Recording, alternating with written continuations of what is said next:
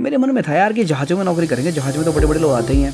मैंने कहा flight steward बनते, किसी को खाना देने जाऊंगा। तो क्या कभी ऐसा हुआ कि किसी फीमेल कास्टिंग डायरेक्टर ने कॉम्प्रोबली बोला? चोटी खींच के लड़की का भाग जाना, वो जो एंजॉयमेंट था ना, वो किया करते थे। समदर्शी से होए ब्रह्म ज्ञानी। क्या नेशनल अवार्ड बिकते हैं भाई। दादा लक्ष्मी करने के बाद आपको उतना बेनिफिट मिला जितना आप चाह रहे थे? ऑफिस का कास्टिंग डायरेक्टर क्या पीएनबी कहता है कुछ नहीं चल रहा। मम्मी को कहता है कि मम्मी मेरा एपिसोड आने वाला है टीवी पे, तो बोले टीवी सीरियल पे? बोला हाँ। तो बोले तू एक्टर कब बनेगा? अब मैं एज अ प्रोड्यूसर अगर कोई फिल्म बनाऊंगा तो आप मुझे बताओ, मैं 2 करोड़ के लिए सब्सिडी के लिए बनाऊंगा फिल्म या 1 करोड़ के लिए? वो मुझे हाथ पकड़ के खींचते हुए लेके बाहर। आप नए लोगों को बढ़ावा दो ना यार। सूर्या ऑलरेडी स्टार है, स्टार भी नहीं सुपर स्टार है। ना पैसे की कमी, ना उसको सक्सेसफुल होने की कमी, ना फेमस, इतना खतरनाक फेमस है वो। एक लड़का भी उठ रहा है ज़मीन से, आपने दबा दिया उसको। लिटरली बता रहा हूँ मैं, ये बात बोलने की नहीं है। मैंने बोला सर ये किस भी करना पड़ता है क्या? बोला, उसने मेरी गर्दन पकड़ी, बोला किस तो मैं तो जा भी कर लूँ, मेरे पास आ गया। नमस्कार दोस्तों, मैं हूं समीर चौधरी और आप देख रहे हैं ओपन हार्ट पॉडकास्ट, जहां पर हम करते हैं दिल खोल कर बातें। आज जो हमारे स्टूडियो में हमारे साथ अपना दिल खोलने के लिए पहुंचे हैं, उनकी कहानी बड़ी ही दिलचस्प है। जब वो बचपन में थे तो किसी ने उनसे पूछा कि बड़े होकर क्या बनना चाहते हो, जैसे कि अक्सर बच्चों से सवाल किया जाता है। तो उस बच्चे ने बड़े एक्साइटेड होकर कहा, मैं हीरो बनना चाहता हूँ। बहुत सारे लोगों को हंसना भी आया, बहुत सारे लोगों ने मजाक भी उड़ाया, लेकिन उस बच्चे ने हार नहीं मानी। समय के साथ जैसे जैसे उम्र बढ़ती गई वैसे वैसे इरादा मजबूत होता गया। फिर भी जब भी किसी से पूछा जाता कि बेटा बड़े होकर क्या बनना चाहते हो, तो बच्चा उतने ही उत्साह से बोलता कि मैं बड़े होकर हीरो बनना चाहता हूँ। समय के साथ पंखों को उड़ान मिली। वो बच्चा बड़ा होकर मुंबई पहुंचा, वहाँ पे स्ट्रगल का दौर शुरू हुआ। कई जगह से बेइज्जत करके निकाला भी गया, लेकिन उस बच्चे ने फिर भी नहीं हार मानी। और एक वक्त आता है जब बॉलीवुड एक्टर यशपाल शर्मा एक फिल्म बनाते हैं दादा लक्ष्मी, और जैसे ही उसे पता चलता है कि हरियाणा में कोई फिल्म बनने वाली है, वो निसंकोच बेधड़क ऑडिशन देने के लिए पहुंच जाता है। पहले ऑडिशन में सेलेक्ट नहीं होता, लेकिन फिर भी वो बच्चा बार बार ऑडिशन देता है और आखिरकार उस बच्चे का, उस लड़के का सिलेक्शन हो जाता है दादा लक्ष्मी के लीड कैरेक्टर के लिए।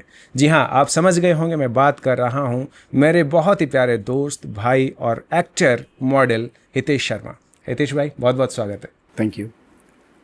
कैसे हैं? बढ़िया एकदम। आज बड़े लंबे टाइम के बाद में हमारी जो मुलाकात है वो हो रही है, लेकिन सबसे पहली जो हमारी बातचीत हुई थी वो कब हुई थी, याद आ रहा? हम शायद बॉम्बे में थे। ओके। और मैंने ही बोला था कि पॉडकास्ट शुरू करो, तो इन्होंने कहा था कि भाई करते हैं। और उसके बाद मुझे लग रहा है कि काफ़ी पॉडकास्ट आपने शूट कर दिए हैं। थोड़ा सा मैं और पहले लेकर जाता हूँ, आपकी याददाश्त को दुरुस्त करता हूँ। जब आज से करीब 4 साल पहले, है ना, जब ये फिल्म रिलीज होने वाली थी दादा लक्ष्मी, तब मैं कुछ इंटरव्यूज कर रहा था उस दौरान भी। तो उस टाइम पे मैंने यशपाल सर से कांटेक्ट लिया था और तब मैंने कॉल किया था। फर्स्ट टाइम हमारी फ़ोन पे बात हुई थी कि हितेश भाई एक इंटरव्यू करते हैं दादा लक्ष्मी के रिगार्डिंग। और उसके बाद वो इंटरव्यू नहीं हो पाया था। हम बाद में मुंबई में मिले, हम दोस्त भी बन गए, और आज 4 साल के बाद आज हम वो पॉडकास्ट कर रहे हैं आफ्टर अ लॉन्ग टाइम। और अभी भी काफ़ी टाइम से मुझे बोल रहे थे कि पॉडकास्ट करने आओ, पॉडकास्ट करने। मैंने कहा यार मेरी दाढ़ी बड़ी हुई है, मैं क्लीन शेव में करना चाहता हूँ, मेरा पहला पॉडकास्ट है आज। तो आई एम वेरी एक्साइटेड कि मैं क्या बोलने वाला हूँ, और बहुत खुशी फील कर रहा हूँ। मैंने इनको बोला यार करते हैं, थोड़ा टाइम बाद करते हैं, मैं किसी वजह से दाढ़ी बढ़ा रहा हूँ, बाल बढ़ा रहा हूँ। मैंने कहा थोड़ा सुंदर बन के आऊँगा। इन्होंने कहा नहीं आप आ जाओ। तो गाल मोटे हुए थे, मैंने कहा गाल मोटे हो रखे, कह रहे भैया आओ करते हैं। इस टाइम पे तो दोनों का सेम हाल है। सेम मेरा वेट बढ़ा हुआ है, ठीक है। मेरा भी वेट बढ़ गया है। मैं काफ़ी टाइम से घर पे हूँ, दिल्ली में हूँ। तो घर पे तो आपको पता ही है कि घर पे बढ़िया पराठे मिलते हैं, छाछ दही दूध। तो और बम्बई में रहते तो बम्बई में तो हम सैंडविच खा लेंगे, डोसा खा के सो जाएंगे। तो अभी मेरा भी मुझे लग रहा है दोनों उस पे आएंगे धीरे धीरे धीरे धीरे। में ही हूँ, 3-4 महीने से मैं भी फरीदाबाद में ही हूँ। बिल्कुल। तो ये जो है हमेशा चॉकलेटी बॉय हमेशा अब दाढ़ी कैसे बढ़ी हुई है, क्या रीजन क्या है इसका? मेरा ना एक शूट होने वाला है जुलाई एंड में। तो वो करेक्टर ऐसा है कि उसमें बहुत लंबी दाढ़ी चाहिए और बाल चाहिए। तो मैं चाह रहा हूँ कि रियल दाढ़ी हो तो ज़्यादा बेटर है। मैं थोड़ा सा यकीन नहीं करता हूँ कि दाढ़ी नकली लगाई जाए, तो फील आता है एक्चुअली। मैंने फिल्म दादा लक्ष्मी का नाम लिया, उसमें भी मेरी रियल दाढ़ी थी, मैंने बढ़ाई थी। बिल्कुल बिल्कुल। तो एक चीज़ मैं देख रहा हूँ कि हितेश शर्मा लोग नाम बनाने के लिए बहुत कुछ करते हैं, जीवन में मेहनत करते हैं, और बहुत सारे एक्टर्स को देखते हैं तो उनके नाम में कहीं ना कहीं कुछ चेंजेस मिलते हैं, स्पेलिंग चेंजेस। तो उसमें हितेश शर्मा में भी डबल एस नज़र आता है। तो do you believe in numerology? Yes, मैं टोटली बिलीव करता हूँ और मैं बहुत डीपली बिलीव करता हूँ। और मैं एक चीज़ और आज बोल के जाऊँगा यहाँ पर कि हितेश शर्मा हो सकता है आने वाले एक हफ्ते बाद राघव शर्मा हो जाए। अच्छा जी, ये इसके पीछे क्या रीज़न है वैसे? वही न्यूमरोलॉजी या क्या? Numerology, astrology. और मैं बिलीव इसलिए नहीं करता हूँ कि कोई बोल रहा है कि कर लो तो कर लो। मैं फिर डीपली जानना भी चाहता हूँ लोगों से। जब लोग बताते हैं कि क्यों, क्या असर होगा, या मैंने डबल एस लगाया था हितेश में तो मुझे क्या असर देखने को मिला, जब मैंने एक्सपीरियंस लिया तो मुझे उसके बाद जो अनुभव हुए उसके अकॉर्डिंग ही मैं आगे बढ़ता हूँ। और क्या अभी मतलब कुछ राघव शर्मा जो बोला है तो बताया, एक्चुअली जो नक्षत्र होते हैं, आपका जन्म जिस नक्षत्र में होता है उसके अकॉर्डिंग आपको नाम रखना होता है। तो मेरा जो जन्म नक्षत्र है वो पुनर्वसु, अश्लेषा नक्षत्र है, सॉरी, अश्लेषा से पुनर्वसु में मेरा नाम रख दिया गया। अगर मैं इसी नक्षत्र में नाम रखता हूँ हितेश, तो मैं कभी भी, कहते हैं कि मुझे वापस से कोई काम शुरू करना पड़ेगा। आज मैं सक्सेस कभी नहीं हो पाऊंगा। जो कहते हैं ना कि एक कि हम कहते हैं कि राजकुमार अब सक्सेस हो गया, अजय देवगन सक्सेसफुल हो गया, तो कहते हैं ना कि एक मतलब परमानेंट सक्सेस नहीं मिलेगी। मतलब कुछ ना कुछ नया करना ही पड़ेगा। जैसे मैंने सीरियल किया तो सीरियल के बाद मैं एकदम उठा, फिर नीचे आ गया। फिर मैंने कोई फिल्म की, फिल्म करने के बाद हाइप बनी, फिर हाइप के बाद फिर नीचे आ गया। तो कहीं ना कहीं उन्होंने जो मेरे जिनको मैं मानता हूँ, जो मेरे मेंटर है, उन्होंने मुझे सजेस्ट किया है कि आप नाम चेंज कर लो।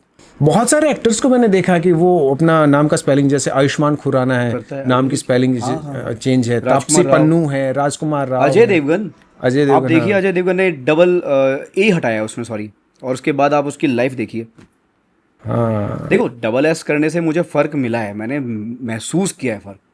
बट अगर बहुत ज़्यादा बड़े लेवल पे पहुंचना है तो मुझे सजेस्ट किया है कि राघव रख लो, okay. Raghav Sharma, and this name will hit. चलिए बढ़िया। तो अभी फिलहाल मैं अभी से राघव शर्मा कहना शुरू कर श्योर श्योर, प्लीज प्लीज। तो आज हमारे पॉडकास्ट में बीच मौजूद है राघव शर्मा। तो सबसे पहले मैं चाहूँगा कि आपके बचपन में चलते हैं, ठीक है? तो बताइए कि जन्म कहाँ पे हुआ और स्कूलिंग है वो कहाँ पे हुई? जन्म मेरा सिकरौना विलेज है, फरीदाबाद में है। कहाँ? अच्छा, फरीदाबाद में। फरीदाबाद में बल्लभगढ़ तहसील लगती है, वहाँ मेरा जन्म हुआ। और 1989 का मेरा बर्थ ईयर है। फिर वहाँ से 5 साल होने के बाद मैं दिल्ली आ गया था। ओके। हाँ, तो स्कूलिंग मेरी दिल्ली में हुई। तो कैसा हितेश जो है बचपन में कैसे थे? मतलब अभी नॉटी आपने था? बोला था राघव बोलूंगा, फिर आप हितेश बोलो, चलो कोई नहीं, अभी हितेश को चलाते हैं। मिक्सअप जब चलता रहेगा, धीरे चेंज धीरे करेंगे जुबान पे तो चलेगा वो। हाँ। क्या कह रहे थे, स्कूलिंग? हाँ, स्कूलिंग के दौरान कैसा, नॉटी था, शर्मीला था, या कैसे मतलब? मैं भाई थोड़ा शाय था। देखो, नॉटी भी था, शाय था, मिक्स था दोनों। तो मतलब स्कूलिंग जो थी वो मतलब कोहेड थी या सिर्फ लौंडे ही लौंडे थे स्कूल में? 10th तक तो मैं रहा लड़कियों के साथ। हाँ। मैंने लड़कियों की चोटी भी खींची। ओह। और सॉरी अगर कोई इस बात पे, मुझे लगता नहीं है कि कोई गलत समझेगा, बट हाँ, स्कूल में इसी चीज़ का मजा होते हैं, हाँ बिल्कुल ठीक बात है। बट गलत इंटेंशन नहीं रहती थी।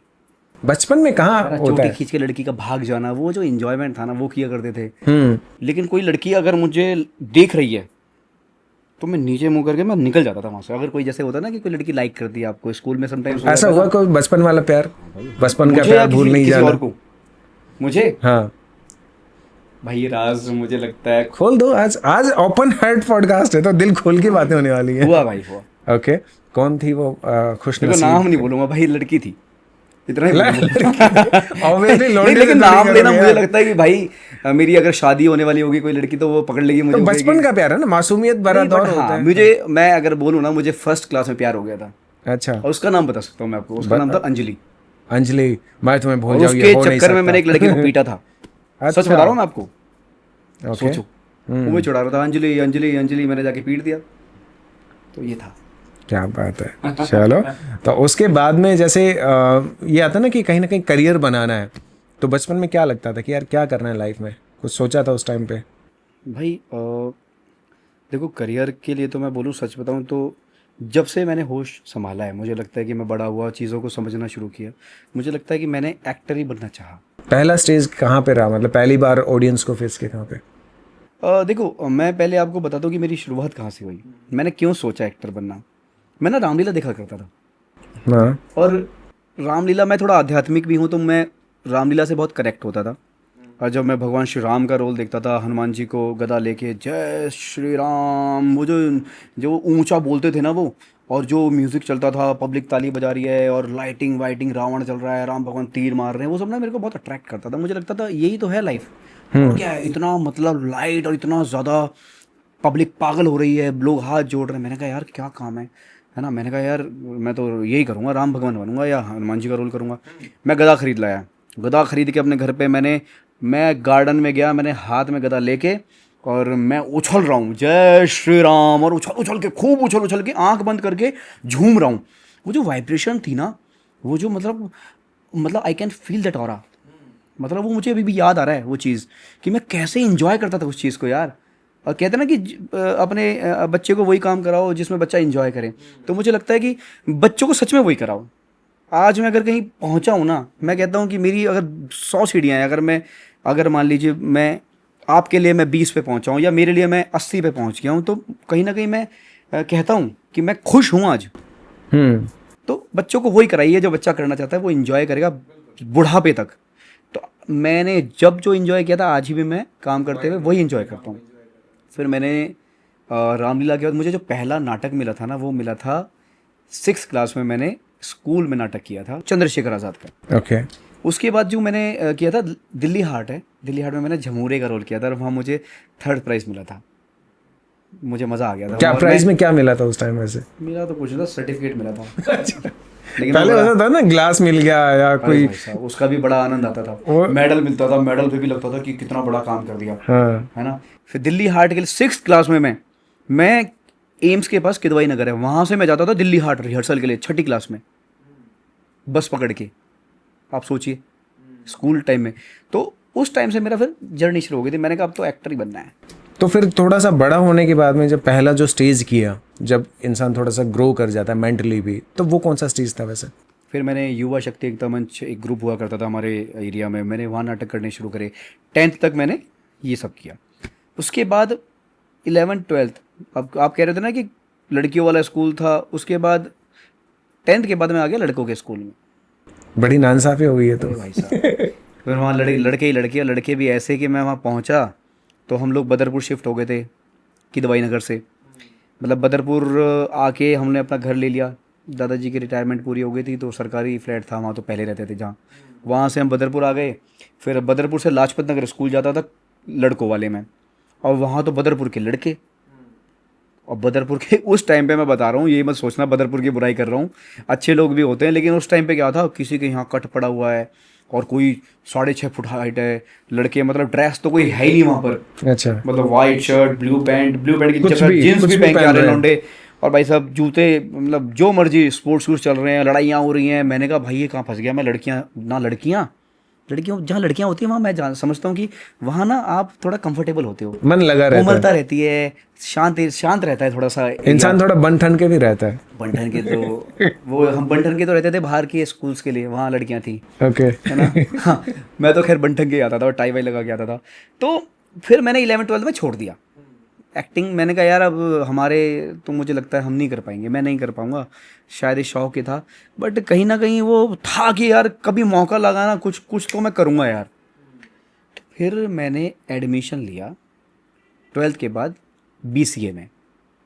घर वालों ने बोला BCA कर ले, BCA करके कुछ जॉब वॉब करेगा। मैंने कहा जॉब करूँगा, फिर देखते हैं कुछ आगे।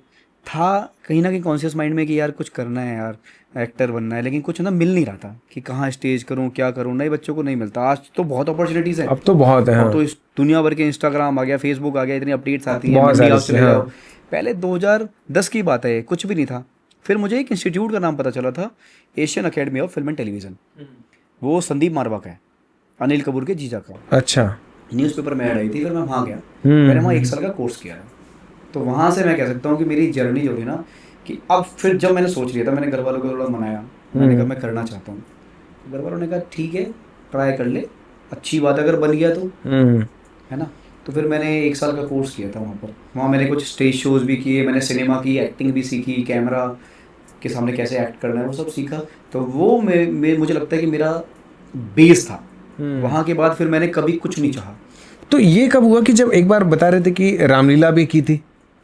मैंने रामलीला नहीं की कभी भी। अच्छा, नहीं की। रामलीला को देख के जस्ट अट्रैक्ट हुआ मैं, मतलब हाँ, कहीं ना कहीं बचपन में तो इंस्पिरेशन मिली थोड़ा सा। इंस्पिरेशन। हाँ, रामायण उसी वही है रामायण, उसके अलावा मैं इंस्पिरेशन नहीं इसमें मानता। हम दोनों में थोड़ी सी सिमिलर चीज़ पता है क्या, क्या?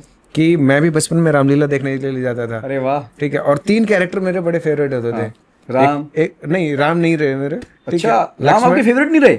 नहीं, वैसे ठीक है, पूजनीय है, लेकिन होता ना कि अपनी चॉइस होती है। राम थे ठंडे स्वभाव के, गुस्सा नहीं करना, सबको बड़े प्यार से हैंडल करना। ठीक है, मुझे थोड़े से गुस्सेल वाले कैरेक्टर पसंद थे, जैसे लक्ष्मण गुस्सेल थे। ठीक है, मेघनाथ गुस्सेल था, रावण, परशुराम। परशुराम। वो ये 3 कैरेक्टर मेरे को इतने ज़्यादा अट्रैक्ट करते थे ना। और ख़ास तौर से जब वो परशुराम संवाद हो रहा है, या फिर धनुष यज्ञ हो रहा है ना, या मेघनाथ और लक्ष्मण का युद्ध हो रहा है, तो वो 3-4 दिन होते थे ना, वो मैं पक्का देखने के लिए जाता था। क्या बात है। और फिर जो मेरी लाइफ का पहला जो स्टेज रहा वो रामलीला का रहा। वाह, मुझे खुद लक्ष्मण का रोल करने का मौका मिला। क्या बात है। देखो, आपको आपने जो सोचा वो मिला आपको। मिला, बिल्कुल मिला। क्या बात है। और उस टाइम पे फिर धीरे धीरे वहीं से शुरुआत हुई, फिर आगे बढ़ते गए। बहुत सुंदर भाई, क्या बात है। इसमें तो हम लोग दोनों की सोच मिल गई फिर। सही बात है, दोनों रामायण से निकले हैं। रामायण, तभी शायद कनेक्टिविटी अच्छी बनी है। बिल्कुल बिल्कुल। हाँ। ओके, तो जब ये मतलब वहाँ से एक्टिंग कोर्स कर लिया, तो फिर मुंबई जाने का ख्याल कब आया कि अब मुझे मुंबई जाना चाहिए, या किसी ने बोला था? एक्चुअली पता है, मेरे दिमाग में एक बात चल रही है, आप कहो तो शेयर करूँ। हाँ हाँ।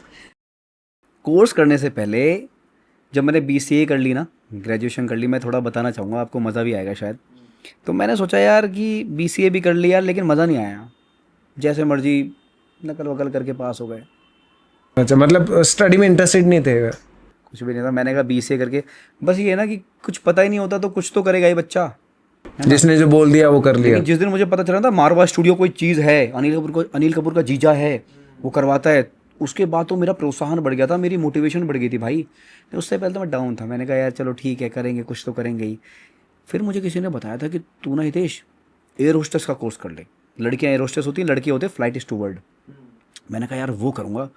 और बड़ा सुना था कि उस डायरेक्टर ने इस लड़के को देखा, राजेश खन्ना को देखा या किसको देखा, गार्ड बने हुए थे वो, धर्मेंद्र को, और वो वहीं से उठा लिया। ऐसे कहानी नहीं सुनते थे हम, वैसे ही कोई होगी। वो जा रहा था स्टेशन पे, सो रहा था, डायरेक्टर ने देखा यार अरे बड़ा अच्छा सुंदर लड़का है, तो मेरे मन में था यार कि जहाज़ों में नौकरी करेंगे, जहाज़ में तो बड़े बड़े लोग आते ही हैं। मैंने कहा फ्लाइट स्टूवर्ड बनते, किसी को खाना देने जाऊंगा तो क्या पता कि यार हैंडसम हो तुम, आओ हीरो क्यों नहीं बॉम्बे आओ, बनते, हीरो क्यों नहीं बनते, है ना। मैं चला गया भाई फ्लाइट स्टूवर्ड का कोर्स करने। और देखो मुझे खुद ही हंसी आ रही है भाई। मैं गया तो मैंने कहा इंग्लिश मेरी बहुत अच्छी है भाई, अभी भी बहुत अच्छी है। तो मैं गया, मैंने कहा हेलो मैम, बैठी हुई थी इंटरव्यू लेने वाली, कह रही हाय हितेश। मैंने कहा हाय, सेट हितेश। मैं बैठ गया भाई। कह रही okay Hitesh, in which class you read या व्हाट यू डू, ऐसा कुछ क्वेश्चन पूछा था। तो मुझे ना उसकी बात ही समझ नहीं आई। मैंने कहा, मुझे लगा वो पूछ रही है कहाँ रहते हो। मैंने कहा मैम बदरपुर बॉर्डर। कह रही no in which class you read. फिर मुझे क्लास समझ में आया, मैंने कहा क्लास पूछ रही है। मैंने कहा ma'am now I am graduate. Okay Hitesh 12th कहाँ से की थी तुमने, इंग्लिश में बोला उसने। मैं अभी वो बोल नहीं सकता इंग्लिश वैसी, उसने कुछ बोला था सेंटेंस।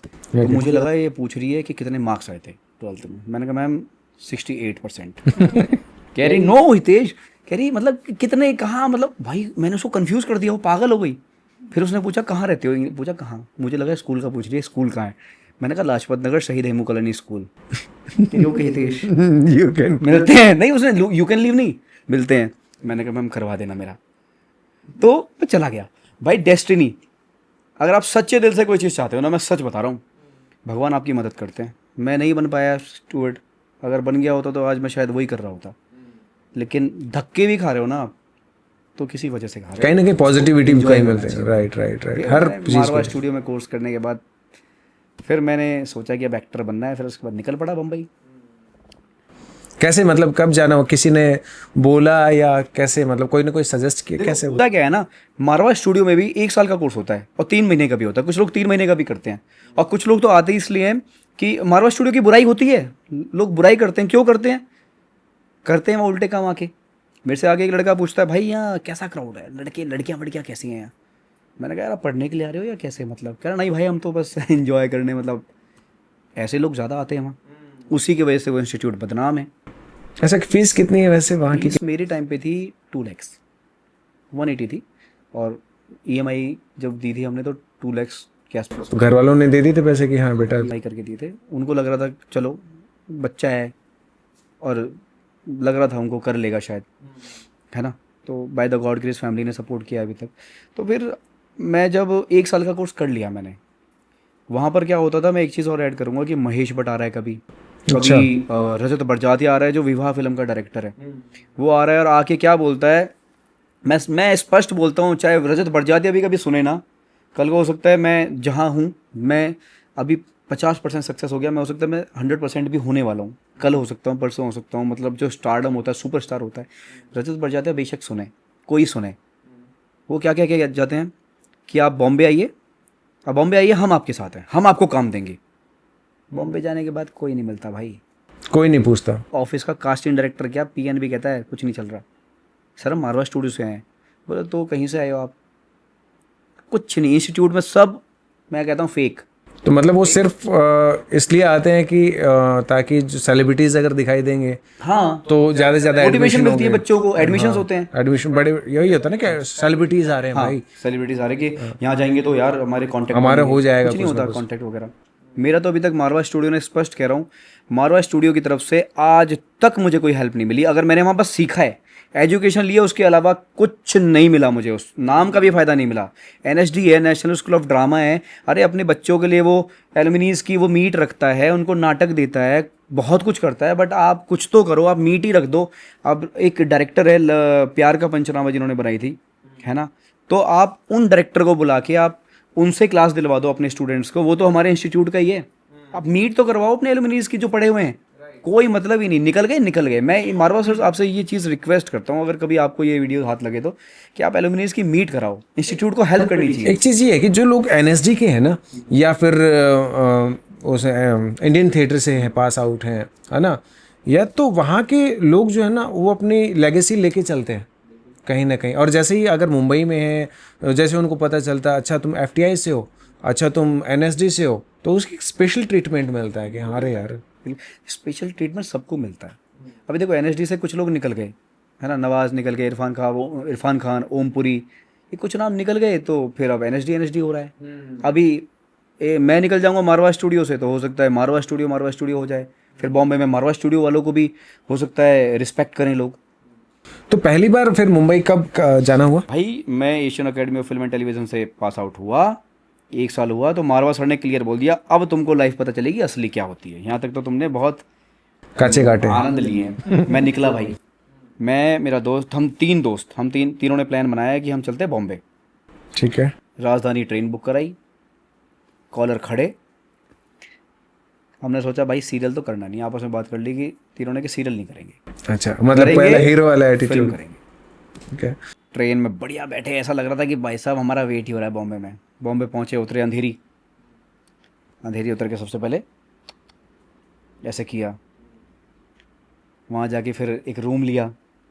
रूम लेने के बाद बढ़िया 6 महीना धक्का खाया। कहाँ रूम कहाँ लिया था वैसे? मैंने लिया था अंधेरी में, वीरा देसाई रोड, ओके। सवेरा बिल्डिंग है वहाँ। कितना रेंट कितना था उस टाइम पे था शायद 14,000 रुपये 1 आवर की, ऐसा 2011 की बात है। अच्छा ठीक है। तो हम लोगों ने रूम लिया, 6 महीना ऐसा धक्का खाया भाई, ऐसा धक्का खाया, पहले तो कॉलर नीचे हुए, हमने कहा यार ऐसा है, अब तो कुछ सीरियल वीरियल कर लेते हैं। फिर सीरियल के ऑडिशंस देना शुरू करे। ओके। घर वाले डेली पूछे कुछ मिला, कब आएगा पहली बार टीवी पे? लड़का बॉम्बे गया है, कब आएगा टीवी पे, है ना। तो भाई कहते ना कि खूब धूल मिट्टी खाई, मतलब कहते ना वो धूल मिट्टी छांकना, वो सब कहावत है, वो खूब भटका। वो जो लड़के साथ गए थे उनमें से एक से मेरी बहस हो गई। ओके। दोस्ती भी अच्छी नहीं थी, मतलब रूममेट्स आपस में ही लड़ने लग गए, वैसा माहौल हो गया। मैंने कहा यार क्या पहली बार घर से बाहर आया हूँ, तो बड़ी सी अजीब सी सिचुएशन बन गई थी। फिर भाई कुछ नहीं हो पाया, बड़ा उदास हुआ। मैंने कहा भगवान जी, मैंने भगवान से सच में दिल से प्रार्थना करी कि हे भगवान, एक दिन का रोल दे दो, कोई भी एक दिन का एपिसोड दे दो, ताकि मैं घर वालों को बता सकूं कि मैं टीवी में आया। घर वाले कहते कब दिखा रहा है टीवी में, और घर वालों को पड़ोसी रिश्तेदार की हितेश हीरो बनने गया है। फिर हमारे दादाजी का स्वर्गवास हुआ, फिर मैं वापस आया, दादाजी चले गए थे हमारे। तो फिर मैंने यहाँ आके थिएटर किया दिल्ली में आके। खूब थिएटर किया करीब। किसी ग्रुप के साथ जुड़ के? सतीश आनंद सर मेरे गुरु हैं, बहुत बिहार के, उनको भीष्म पितामह कहा जाता है। आदिल राणा जी हैं, उनके साथ किया। जाने भी दो यारों में वो भीम बनते हैं जो सो जाते हैं। अच्छा। फिर मैंने मेरे जिनको मैं अपना मेंटर मानता हूँ, मेरे असली गुरु मानता हूँ, श्री राम जी वाली। हालांकि गुरु सभी हैं, बट जिन्होंने मुझे सच में कहता हूँ कि मेरे को एक्टिंग सिखाई ना, मारवा स्टूडियो में भी नहीं सीखी थी मैंने एक्टिंग, मेरे को सिखाई श्री राम जी बाली सर ने। राम जी बाली सर NSD वाराणसी के अभी डायरेक्टर हैं। तो उनसे मैंने फिर उनके साथ थिएटर किया, लग के किया। करीब करीब मैंने 30 नाटक ऐसा मेन लीड उनके साथ किए, जिसमें स्वामी विवेकानंद, लीला नंदलाल, अपना सैया भाई कोतवाल, बहुत अच्छे अच्छे बड़े बड़े नाटक किए। NSD में मैंने शोज़ किए, श्री राम सेंटर में किए मैंने, इंडिपेंडेंट मैंने बहुत काम किया। और जब मुझे लगा कि now I am an actor, 2011 में जब मैं इंस्टीट्यूट से पास आउट हुआ था ना, तो मैं ऑडिशन देने से कांपता था। मुझे डर लगता था कि यार मतलब कैमरा सामने लगा और मैं ना कांपते मैं मतलब बहुत कांपता था भाई। और मैं तैयार नहीं था यार।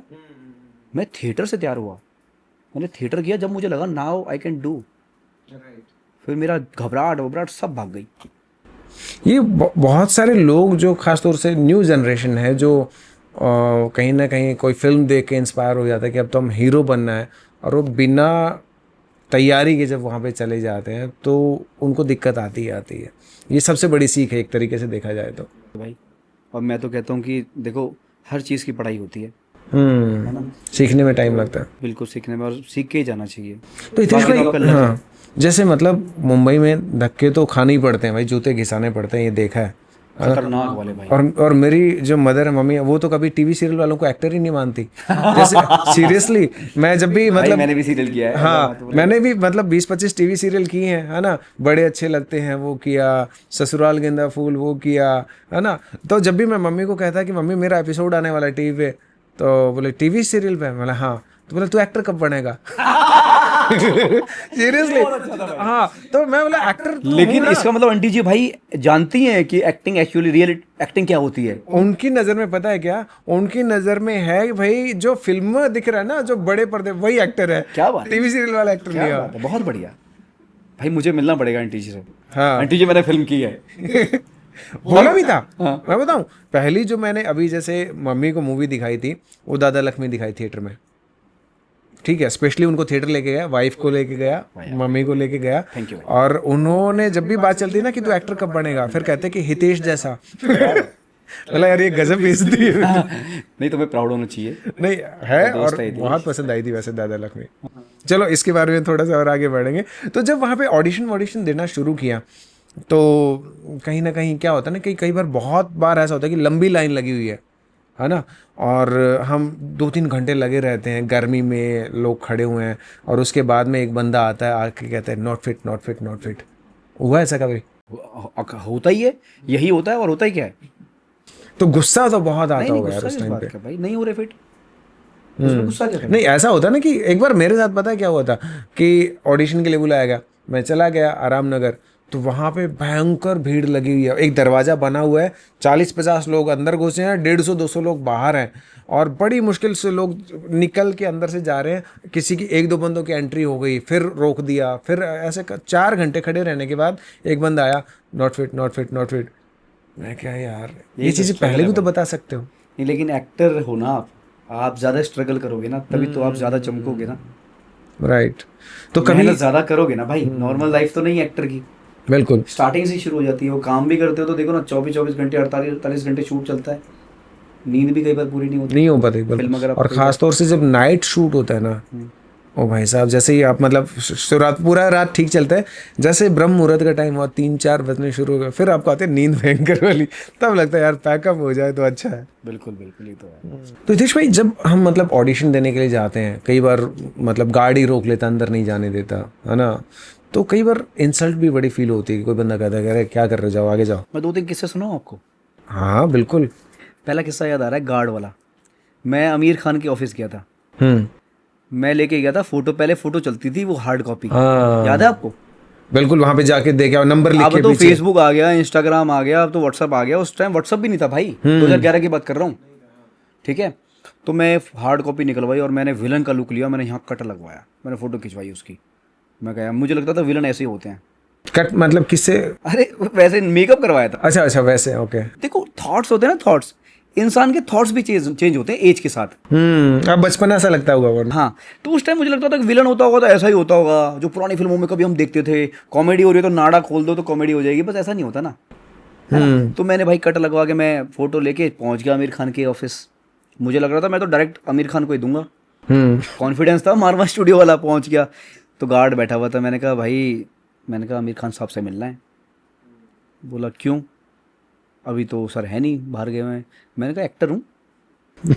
मैंने फ़ोटो को मैंने दी, मैंने कहा भाई ये ऐसे ऐसे फ़ोटो है।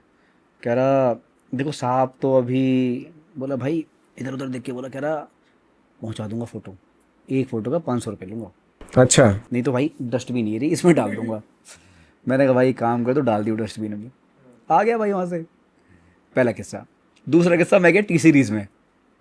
टी सीरीज़ वाली जो लड़की है, मैंने कहा यार कुछ जब काम नहीं मिला, ये कब की बात है, अब आ जाओ 2014 में, मतलब जो थिएटर करके वापस गया दिल्ली बॉम्बे। फिर मैं गया टी सीरीज़। मैंने कहा यार फिर भी नहीं मिल रहा था भाई काम। मैंने कहा चलो क्या पता कोई गाना ही मिल जाए, कहीं तो दिखूं, कहीं 1000-2000 रुपये मिल जाए तो थोड़ा कॉन्फिडेंस बढ़े।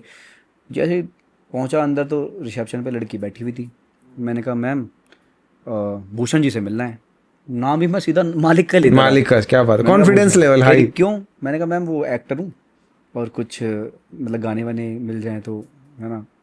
कह रही फैमिली बैकग्राउंड क्या है तुम्हारा? यही क्वेश्चन किया उसने। मैंने कहा मिडिल क्लास फैमिली से हूँ मैम। कह रही वापस चले जाओ, कुछ नहीं होना यहाँ। बोले टिकट के पैसे हैं, नहीं तो मैं दे देती हूँ। गजब गजब बेइज्जती है। अरे भाई साहब, मैं बाहर आया। मैंने कहा यार, मैंने कोई नहीं, दिखाएंगे इस लड़की को एक दिन। बाहर आया, मिक्स फीलिंग थी, उदास प्लस खुशी। मैंने कहा ये चीज़ें अच्छी हो रही हैं, मज़ा आएगा, एक दिन बताएंगे। खुशी किस बात की? लड़की? खुशी? लड़की क्या? लड़की ने मतलब लड़की ने बोला ना ना, लड़की ऐसा कुछ नहीं था। ऐसा कुछ नहीं था। मुझे था कि यार किसी ने बोला है, मुझे मतलब चैलेंज किया है कि करके दिखा, अपनी औकात बना। मैंने कहा दिखाएंगे। मैंने कहा भगवान दिखाएंगे एक दिन, भगवान पे भरोसा स्टार्टिंग से रहा है। फिर उसके बाद एक किस्सा और हुआ। किस्से तो कई हुए, धक्के मार के वाले बता रहा हूँ मैं आपको, जो धक्के मार के निकाले। बाकी तो और नॉट फिट वो तो डेली का काम है, एक्टर्स का। सुबह से बैठा हूँ, रात हो गई, फिर वो बंदा कह रहा कल आओ। ऐसा सागर पिक्चर्स है जिनका रामायण सीरियल आता था बाबू, उसने मुझे बैठा के रखा पूरे दिन। अच्छा। मैं बैठा हूँ। मैंने कहा सर वो, फिर 1 घंटे बाद आया, निकल रहा है। मैंने कहा सर वो ऑडिशन, अरे शाम को बोलता है कल आओ यार। ऐसा तो कई बार हुआ, पर ठीक है भाई, बॉम्बे में करने क्या गए हैं, अपना काम कर रहे हैं। कर लिया उसने मेरा ऑडिशन, फिर मेरा टैलेंट है आगे। एक दिन क्या हुआ, एक ऑडिशन देने गया तो एक ऑफिस में ऐड के ऑडिशन चल रहे थे, तो भाई साहब ने, कास्टिंग डायरेक्टर भाई साहब ने बोला कि शर्ट दूसरी है आपके पास? मैंने कहा सर मैं घर से ले आता हूँ। बोला कल आओ फिर, अभी तो हम लोग लॉक कर रहे हैं, मतलब ऑडिशंस हो गए हमारे, डन हो गए, कल करेंगे अब वापस। मैंने कहा ठीक है। मैंने कहा कल कितने बजे आऊँ? बोला 1 बजे आ जाओ। आराम नगर में ऑडिशन चल रहे थे। आराम नगर 128 है, पता नहीं मैं एग्जैक्टली तो भूल रहा हूँ नाम, माँ थिएटर ग्रुप के पीछे, है ना। अभी माँ थिएटर ग्रुप यू नो ना, वो देव हौसदार का है, वो इज़ माई गुड फ्रेंड, है ना, बहुत अच्छे इंसान है। अभी वो थिएटर को काफ़ी बढ़ावा भी दे रहे हैं। उनके पीछे से पीछे एक ऑफिस है, ठीक है। तो मैं अगले दिन पहुंच गया करेक्ट 12:30 बजे। देखा तो लॉक लगा हुआ था। मैंने कहा यार इन्होंने मुझे कल बुलाया था। फिर मैं घूम के दूसरे साइड आ गया। मैंने कहा शायद पीछे से इनकी एंट्री हो, वहाँ भी लॉक। 2 बज गया खड़े खड़े। मैंने कहा यार ये तो आ ही नहीं रहे। उस टाइम ना डेडिकेशन बहुत थी, पैशन बहुत था कि ऑडिशन दे के आना है, और ये पैशन होना चाहिए, ठीक है। रे नहीं है कि एंजॉय कर रहे हैं, दोस्तों के साथ गपशप मार रहे हैं। भाई डेली निकलो, डेली मिलो किसी से, पागलपन होना चाहिए। नहीं है तो फिर मैं कहता हूँ कुछ नहीं है, बेकार है फिर, है ना। पागलपन था। कितनी धूप हो, बारिश में निकल जाता था मैं। संडे को एक दिन छुट्टी नहीं मारता था भाई, डेली ऑडिशन देने निकलता था। और मज़ा, मुझे अच्छा लग रहा है आज बोलते हुए, और तब भी अच्छा लगता था। जब वो ऑडिशन नहीं हुआ वहाँ, तो साइड में एक ऑफिस था। अब आता हूँ आपकी बात पे। साइड में ऑफिस था, तो मैंने कहा यार यहीं ऑडिशन दे दे, पूछ लें ऑडिशन चल रहे नहीं चल रहे। अंदर घुसा, एक गैलरी थी, और वहाँ घुसा तो 4 लड़के ग्राउंड से में बैठे हुए थे, वहाँ पार्क से में, उस बाउंड्री में अंदर ऑफिस था, पार्क से में। मैंने कहा यहाँ ऑडिशंस वगैरह हो रहे हैं क्या? बड़े प्यार से एक पूछा मैंने, ऐसे स्माइल दे के। मैंने कहा हो रहे हैं क्या? उन्होंने बोला कि अंदर पूछ लो। मैंने कहा ऐसे अलाउ है? ऐसे अलाउ है? मैंने कहा, बोला हाँ हाँ अलाउ है। तो मैंने अंदर ऐसे गेट खोला। मैंने कहा सर ऑडिशंस चल रहे हैं क्या यहाँ पर? 4 लोग बैठे हुए थे। एक लड़की और 3 लड़के, मीटिंग चल रही थी कोई खतरनाक वाली। और उन्होंने सब ने आपस में देखा, सब ने फिर मुझे देखा, फिर सब ने अंदर देखा। अंदर से एक बंदा, आवाज़ लगाई उन्होंने किसी को, वो बंदा आया बाहर। वो ऐसे ये क्या है, मतलब कुछ तो बोला उन्होंने।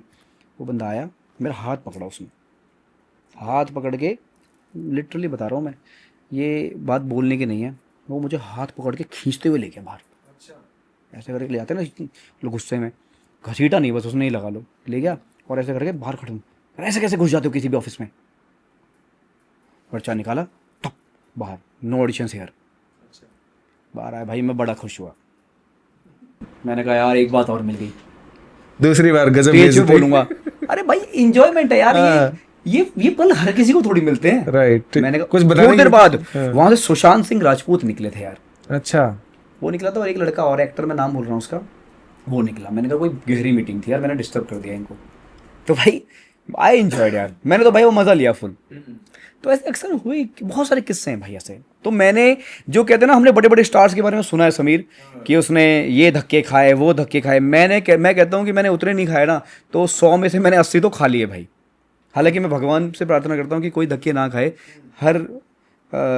सब बच्चे जाते हैं वहाँ कामयाब होने के लिए। अब जैसे मैं थोड़ा बहुत कुछ करने लगा हूँ, तो मुझे अभी वो फील होता है कि यार देखो मेरे जैसे धक्के खा रहे हैं बेचारे, कोई धक्के ना खाए यार। कॉन्फिडेंस लेवल भी तभी आता है जब आपने धक्के खाए हो, आपको पता है कि ऑडिशन कैसे देना है, धीरे धीरे आप स्ट्रांग होते जाते हो। जैसे मुझे सबसे बढ़िया तरीका पता है किसका लगता है? पंकज त्रिपाठी का। एक इंटरव्यू में उन्होंने बताया था कि बोला जब भी मैं जाता था ना वहाँ पे ऑडिशन देने के लिए, तो गार्ड पूछ लेता था किसने भेजा है। बोला मैं क्या, बोला किन से मिलना, बोला उनसे मिलना है सर से। बोला किसने भेजा है? बोला ईश्वर ने भेजा है। ईश्वर ने भेजा है? ईश्वर ने भेजा। बोला मैं तो भगवान का कहता था। अब वो सोचता था कि कोई होगा डायरेक्टर प्रोड्यूसर होगा, तो वो आगे जाके बोल देता था, बोला जी किसी कोई पंकज त्रिपाठी आया हुआ है, और बोला कहता है कि ईश्वर ने भेजा। अब वो सोचता था कि कोई होगा, तो बोला इस तरीके से बहुत सारे लोगों से मैं मिला था भाई। एक audition बार देने के एक लिए। बंदे ने मुझे बोला कि यार हितेश, ऑडिशंस में मिलते रहते थे, दोस्ती हो जाती थी। बोला यार ऐसे ऐसे विले पार्ले में ना एक ऑडिशन चल रहा है सीरियल का, तो दे आ। मैं पहुंच गया भाई, जो मुझे बताता था मैं पहुंच जाता था। अब एक घर में ऑडिशंस हो रहे थे, मैं पहुंच गया, तो मुझे बैठाया, चाय वाय पिलाई, पानी पिलाया। घर में था ऑडिशन फिल्म का कोई। बोले ओके, और मैंने कहा सर ऑडिशन? बोले हाँ ओके करते हैं। फिर एक बंदा पूछने आया कि किसने भेजा है? मैंने कहा मैं डायरेक्ट हूँ, किसी ने नहीं भेजा। वो अंदर गया, अंदर से बंदा आया, सर सॉरी हम नहीं कर पाएंगे आपका ऑडिशन। मैंने क्यों? कि नहीं नहीं हम सिर्फ रेफरेंस से कर रहे हैं। मैंने कहा यार ये क्या तरीका है यार, रेफरेंस से कर रहे हो? मतलब भाई क्या रेफरेंस वाले एक्टर की शक्ल पे कुछ और लिखा होता है क्या? वो अलग एक्टिंग करता है क्या? यार बॉम्बे में ना बहुत कुछ है भाई। बॉम्बे में कुछ चीज़ें ऐसी हैं जो जिससे ना मुझे कई चीज़ों से कष्ट होता है। सीरियसली सही बता रहा हूँ, कुछ एक्टर्स की आदतों से, और मैं टारगेट करूँगा, सही बता रहा हूँ मैं एक्टर्स को। मतलब अय्याशी कर रहे हैं, दारू पी रहे हैं, गांजा पी रहे हैं, काम में तो ध्यान है 30%, 70% और चीज़ों में ध्यान है यार, है ना। और लत लगते लगते लग जाती है। तो भैया नए लोग हो, अगर आप सच में अभी जा रहे हो ना, तो अगर थोड़ा बचो इन चीज़ों से। मैं सच बता रहा हूँ, कामयाबी की दुश्मन है ये चीज़ें। मैंने नहीं किया भाई ये सब, बहुत बचता हूँ। अच्छा, कभी ऐसा हुआ कि सबसे पहले तो ये बताओ कि पहली बार जो कैमरा फेस किया मुंबई में, बड़ा इंपॉर्टेंट होता है वो फर्स्ट डे मुंबई में, और भाई लग रहा है कि हाँ अब कुछ शुरू हो गया, तो पहली बार कब किया था शूट? भाई सबसे पहले तो मैंने शूट किया था क्राइम पेट्रोल का। ओके। वो यही डायलॉग था कि सर वो उनका पता मिल गया है, ओके। ये डायलॉग था। और ये बोलने के लिए भी मैं डर रहा था। मैंने कहा यार कैसे बोलूँगा, कोई बंदे, कम से कम 100 बार तो मैंने प्रैक्टिस की थी इस डायलॉग की। ये डायलॉग बोलने में डर लगता है। बिल्कुल, पहली बार तो भाई। और गलती से फंबल हो गया ना एक लाइन में भी, तो बेइज्जती होती है कि एक लाइन भी नहीं बोल पाया, बताओ। तो मेरे एक जानकार हैं डायरेक्टर हमारे नवदीप भाई, वो क्राइम पेट्रोल को डायरेक्ट करते हैं, उनके थ्रू मिला था वो पहला काम मुझे। नर्वस था भाई, बहुत बहुत नर्वस था। तो वो जब वो शूट हो गया, जब वो टीवी पर आया तो देखा तो कैसा लगा? सही था, अच्छा लग रहा था। पहली बार खुद को टीवी पे देखना एक अलग फील होता नहीं है यार, मुझे ना उससे मतलब सेटिस्फेक्शन भी थी कि मतलब कुछ करने को मिले तो सही। मेरा ना हमेशा से कुछ बड़ा करने का मन रहा है। मतलब मेरा सपना था कि बड़ा कुछ करना है। मैं संतुष्ट नहीं हुआ उससे। मैंने कहा यार ठीक है, थैंक गॉड कि शुरू हो गया। मैंने कहा मेरी घर वालों ने देख लिया कि चल क्राइम पेट्रोल में आ गया, थोड़ा वाहवाही हो गई, अरे हितेश क्राइम पेट्रोल में आ गया। एक डायलॉग भी बड़ा मतलब यहाँ के लोगों के लिए तो बहुत बड़ी बात है कि अगर आप दिख गए तो। हाँ, और आया नहीं, आता है। उनको तो ये था ना कि आता होगा। आता है। फिर उसके बाद क्राइम पेट्रोल किया मैंने, फिर सावधान इंडिया भी किया था, ओके। फिर मैंने किया था सीरियल। कौन सा सीरियल, क्या नाम था? सीरियल आपको पता होना चाहिए, मैंने सीरियल किया था। मुझे पता है लेकिन दर्शकों को पता है, आपकी जुबानी पता चलेगी। मैं बता देता हूँ, मैंने ये उन दिनों की बात है, एक सीरियल किया था। अच्छा। और मतलब रातों रात स्टार बनाने वाला सीरियल था भाई वो मुझे। हम्म। तो उससे पहले मुझे कोई नहीं जानता था। मतलब अगर मुझे 10 लोग जानते हैं ना, तो उस सीरियल के बाद मुझे 10 लाख लोग जानने लग गए थे विद इन अ वीक। क्या बात है। सोनी टीवी का हिट शो था और मैंने उसमें मेन विलन किया था भाई। अरे वाह। और 90s में मतलब जैसे लंबे लंबे बाल, बेल बॉटम की पैंट, वो अलग शो था। आज वैसे नॉर्मल जो सीरियल होते हैं ना, वैसा सीरियल नहीं था वो। मैंने 11 महीने किया था वो। और सोनी क्या? टीवी ने मेरा ट्रैक बढ़ा दिया था मेरा रोल देख के। अच्छा। ये सच्ची रियल स्टोरी थी वो। तो प्रोड्यूसर ने बोला सर ये तो स्टोरी खत्म हो गई इस लड़के की। सोनी टीवी ने बोला बढ़ाओ। अच्छा, कभी उल्लू का ऑफर आया? भाई साहब मैं कभी जिंदगी में नहीं करूँगा। नहीं, कभी ऑफर आया वैसे? नहीं भाई, कभी ऑफर आया था एज अ प्रोड्यूसर। अभी मैं कुछ एज अ फिल्म मेकर भी कुछ चीज़ें प्लान कर रहा हूँ, तो उल्लू की तरफ से आया था कि आप पैसा कमाओ ना, आपको क्या है। मैंने बोला नहीं। बोले आपको एक्टिंग थोड़ी करनी है, बोले आप पैसा कमाओ, एक एपिसोड का आपको मिलेगा मोटा पैसा लाखों में। मैंने कहा उस चैनल का मुझे 1 रुपया नहीं चाहिए जिसमें ना कोई रिश्ता हुआ, कजन से प्यार, पड़ोसन से। अरे यार बोलने में भी शर्म आती, सॉरी यार मैं ऐसा बोल रहा हूँ सीरियसली। हाँ सही बात है। वो कैसे बहुत खिलाफ होनी चाहिए। एक बार मेरे साथ हुआ था कि वीरा देसाई में गया था अपने एक फ्रेंड के साथ, हम डबिंग कर रहे थे, तो वहाँ पे एक फ्रेंड ने लंच टाइम उल्लू था। की डब किया क्या आपने? हाँ, उल्लू के लिए नहीं किया भाई, वैसे किया था, कार्टून डब कर रहे थे उस टाइम हम। तो हम नीचे 2 बजे का टाइम था, मैं कहा यार कुछ खा पी के आते हैं, ब्रेक लेते हैं। हम नीचे खा के आ रहे थे, तो इतने में एक दोस्त मिल गया, बोले यार यहाँ पे ना ऑडिशन चल रहे हैं वेब सीरीज के लिए। उल्लू का audition तो हमें पता नहीं था, तो हम चले गए ऊपर। तो जाके हमने गार्ड से पूछा कि यहाँ पे ऑडिशन चल रहे हैं। बोला हाँ चल रहे हैं। मैं कहा हमें ऑडिशन देना है। बोला नहीं नहीं, ऐसे आप ऑडिशन नहीं दे सकते। मतलब ऑडिशन क्यों नहीं दे सकते? बोला इनके स्पेशल आर्टिस्ट हैं। मैं कहा स्पेशल कौन से आर्टिस्ट होते हैं भाई? तो बोला कि किसी ने रेफरेंस दिया था कि बोला वो बंदा ऑडिशन कर रहा है, नाम दे देना, अंदर एंट्री हो जाएगी। तो मैंने कहा ठीक है। हमने बोला कि वो है क्या डायरेक्टर? बोला हाँ हाँ वो है। मैं उन्हीं से मिलना है। बोला आप बैठ जाओ। अब मैं और मेरी फ्रेंड हम दोनों बैठ गए। तो जैसे बैठ के हम बात कर रहे थे, तो जैसे ऐसे नज़र घुमाई ना, तो वहाँ पे भाई पोस्टर लगे हुए हैं, मटकनी मटके में पता नहीं गरम पड़ोसन। बताओ यार। ओ भाई मैं क्या, ये क्या? मैंने उसको कौनी मारी। दिल्ली में, बॉम्बे में ना श्रीजी है एक। हाँ वहीं की तो बात बता रहा हूँ। श्रीजी में मैं गया तो मेरा दोस्त ले गया ऑडिशन के लिए। तो वहाँ एक भाई साहब हैं, मैं नाम तो नहीं लूँगा उनका, बदनाम हो जाएंगे वो। तो वो भाई साहब आए, बोले यार ऐसे काम नहीं मिलेगा तुम्हें, बोले कुछ करना पड़ता है। बोले समझो तो मतलब मैं अब यहाँ बोलूँ नहीं बोलूँ मुझे पता नहीं, मतलब बोले सोना पड़ेगा अच्छा। लड़का होके। अच्छा। मैंने कहा सर अब देखो यार, ये मेरे घर वाले भी सुनेंगे पॉडकास्ट, फिर भी मैं बोल देता हूँ। मेरे से बोला, मैंने बोला सर ये किस भी करना पड़ता है क्या? बोला, उसने मेरी गर्दन पकड़ी, बोला किस तो मैं तुझे अभी कर लूँ, मेरे पास आ गया। मैं भागा। मैंने कहा भाई, मैंने दोस्त को बोला, तू पागल, किस किस से मिलवा रहा है तू? और भाई ऐसे कई चीज़ें हुई हैं जिनकी मैं बता नहीं सकता पॉडकास्ट में, मैं हाथ जोड़ता हूँ। हर तरह के लोग हैं वहाँ, लेकिन भगवान ने बचाया, माता रानी की पूरी कृपा रही है। एक भाई साहब हैं, उनको मैंने, आपने जैसे पहले बोला था ना कि नॉट फिट, तो मैंने ऐसे ही भेजा फ़ोटो उनको। तो उसका मुझे व्हाट्सएप पे क्या रिप्लाई आता है, मैं सिर्फ लीड की कास्टिंग करता हूँ, ओके, मेन रोल्स की। तो मैंने कहा यार हितेश तो मेन रोल, मैंने शीशे में देखा खुद को, मैंने कहा तू क्या मेन रोल वाला नहीं लगता क्या? मैंने देखा भाई सुंदर तो तू हितेश है। ठीक है कोई बात नहीं भाई, थोड़ा उस टाइम मुझे दुख हुआ यार। तो क्या कभी ऐसा हुआ कि किसी फीमेल कास्टिंग डायरेक्टर ने कॉम्प्रो के लिए बोला? यार ऐसा नसीब नहीं रहा, ऐसा सौभाग्य प्राप्त हुआ नहीं कभी? उस लड़के, लेकिन जब मैंने सीरियल किया था ना, तब उस लड़के ने जिसने कहा था ना लीड की कास्टिंग करता हूँ मैं, वो बैठा हुआ था बाहर उस ऑफिस के, जब मैं सीरियल कर रहा था। अच्छा। वो एक लड़के को लेके आया था, उसका नहीं हुआ, मेरा हो गया था सीरियल में मेन लीड के लिए, मेन विलन के लिए। तब उसको मालूम पड़ा अरे ये तो वही लड़का है जिसको मैंने मना किया था। उसके बाद तो उसके मैसेज आने शुरू हो गए मुझे, हाय कैसे हो तेज। ये है उगते सूरज को सब सलाम करते हैं भाई। सही बात है। तो कई बार एक चीज़ ये होती है देश भाई कि जो लोग मुंबई में रहते हैं वो कास्टिंग डायरेक्टर्स सोचते हैं कि इनके साथ हमारे किसी तरीके से बॉन्डिंग हो जाए, कास्टिंग डायरेक्टर के साथ, है ना, या कास्टिंग एसोसिएट के साथ। क्योंकि बहुत सारे एक्टर्स को मैंने ये देखा है कि बड़े बड़े फिल्म्स की, वेब सीरीज़ की कास्टिंग हो जाती है, एक्टर्स को पता ही नहीं चलता। भाई कहाँ ऑडिशन चल रहे हैं, कौन ऑडिशन ले रहा है, कौन सा प्रोडक्शन हाउस में चल रहा है? यार एक तो पता है क्या होता है, जो सब मुझे फील होता है कि अपनी लोग ही कास्टिंग कर लेते हैं। जैसे मान लीजिए आपका ऑफिस है ना, आप खुद की भी कास्टिंग कर लोगे, ये बहुत हो रहा है आजकल यार। हाँ या आप अपने ही बंदों की कास्टिंग करोगे। अगर आपका कोई दोस्त नहीं है ना, मान लो मेरा सर्कल नहीं है बॉम्बे में, तो मेरा पहुंचना बहुत मुश्किल है भाई। अपने अंडर ही सब हो जाता है। आप अगर कास्टिंग शुरू करोगे, आपके 100 लोग तो वैसे ही दोस्त होंगे। हो जाएंगे बिल्कुल। फिर आपको वैसे पागल कर देंगे लोग, hi sir hi sir hi कभी सर, आइए पार्टी में, पार्टी में कभी। आइए। तो पहले तो वही अपनी दोस्ती यारी में ही कर देते हैं सारे लोग, तो इसलिए पता नहीं चलता उन लोगों को। तो मतलब जो एक्टर्स हैं उनको कास्टिंग डायरेक्टर्स के साथ या एसोसिएट्स के साथ कांटेक्ट में रहने का, दोस्ती करने का बेनिफिट मिलता है क्या? मिलता है भाई। अगर आप कंटिन्यू टच में हो तो मुझे लगता है बिल्कुल मिलता है, क्योंकि आप बार बार जाते हो तो कास्टिंग डायरेक्टर को कहीं ना कहीं वो माइंड में रहता है ना कि यार ये बंदा बार बार आ रहा है।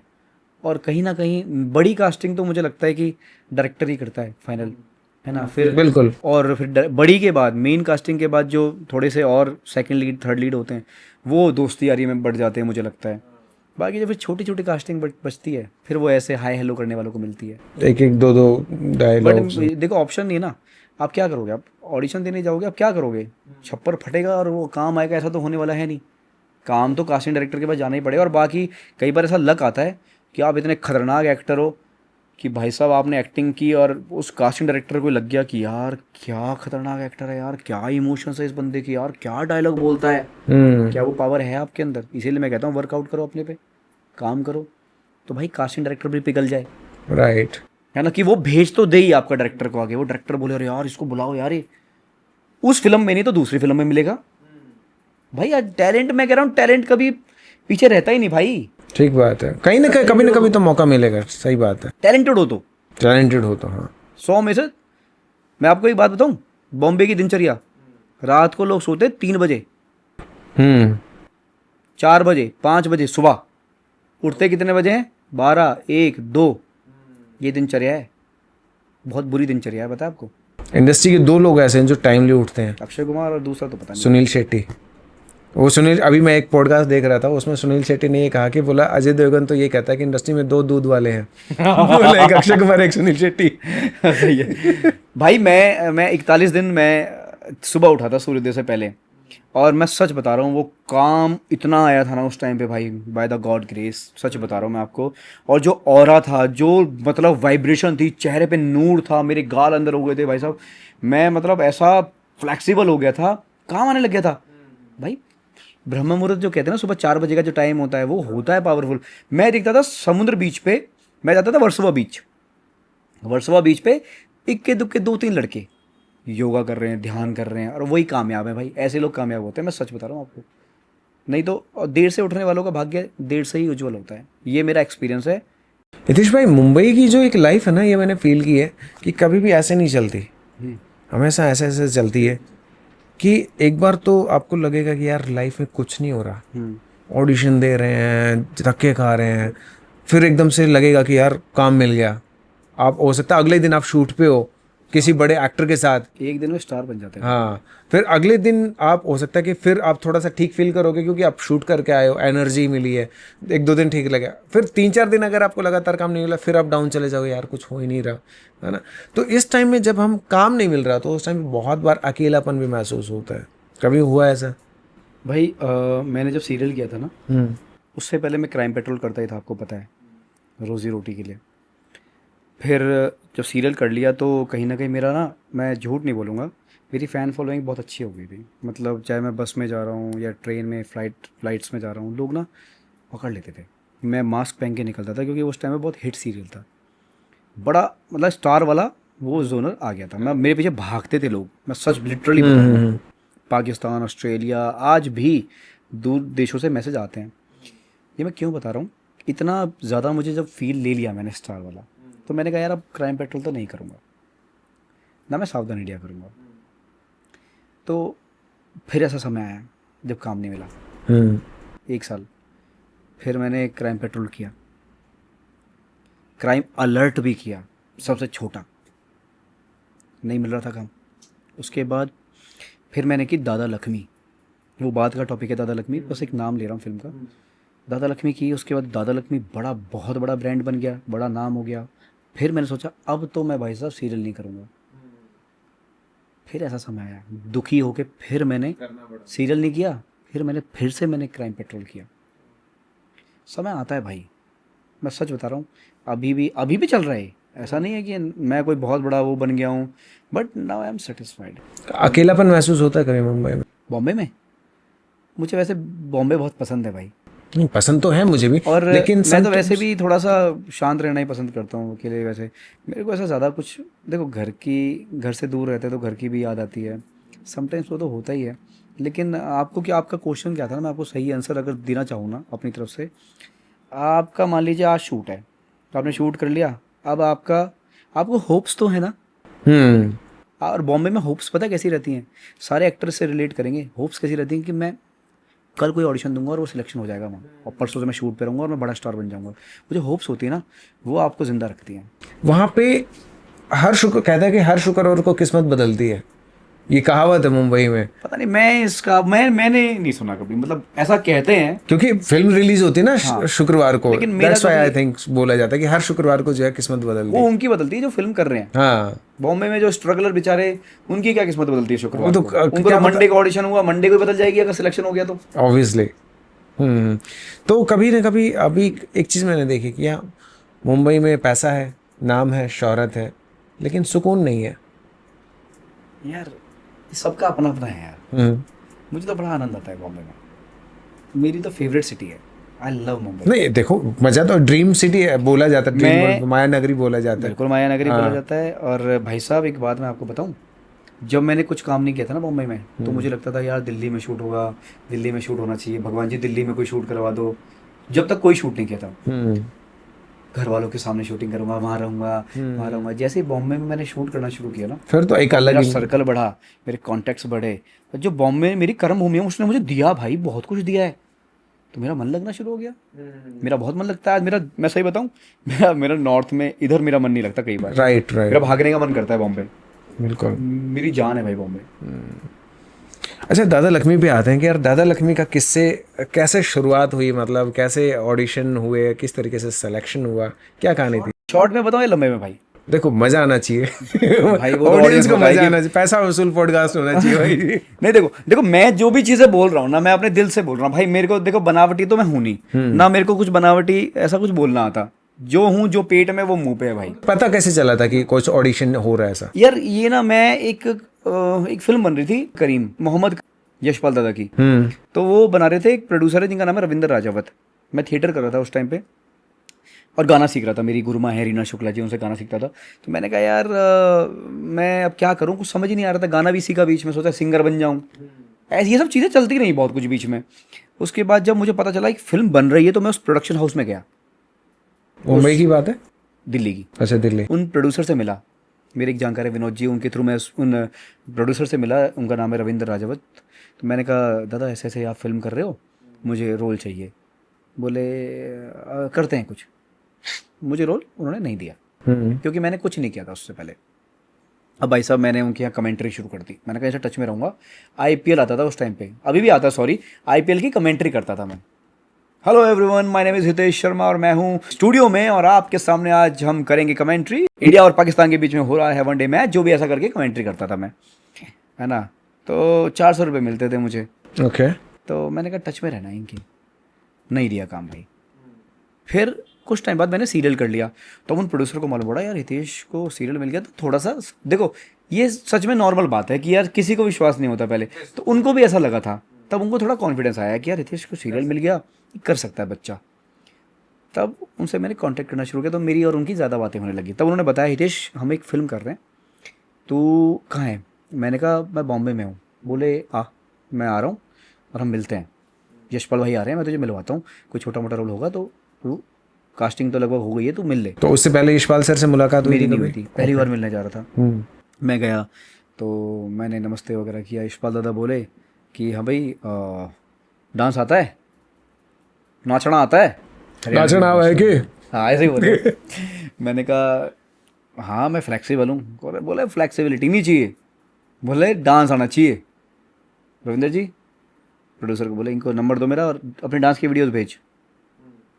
एक्टिंग में भी पूछा था उन्होंने क्या क्या किया है, तो उसके बाद डांस की बात आई थी, क्योंकि दादा लक्ष्मी डांसर बहुत खतरनाक थे।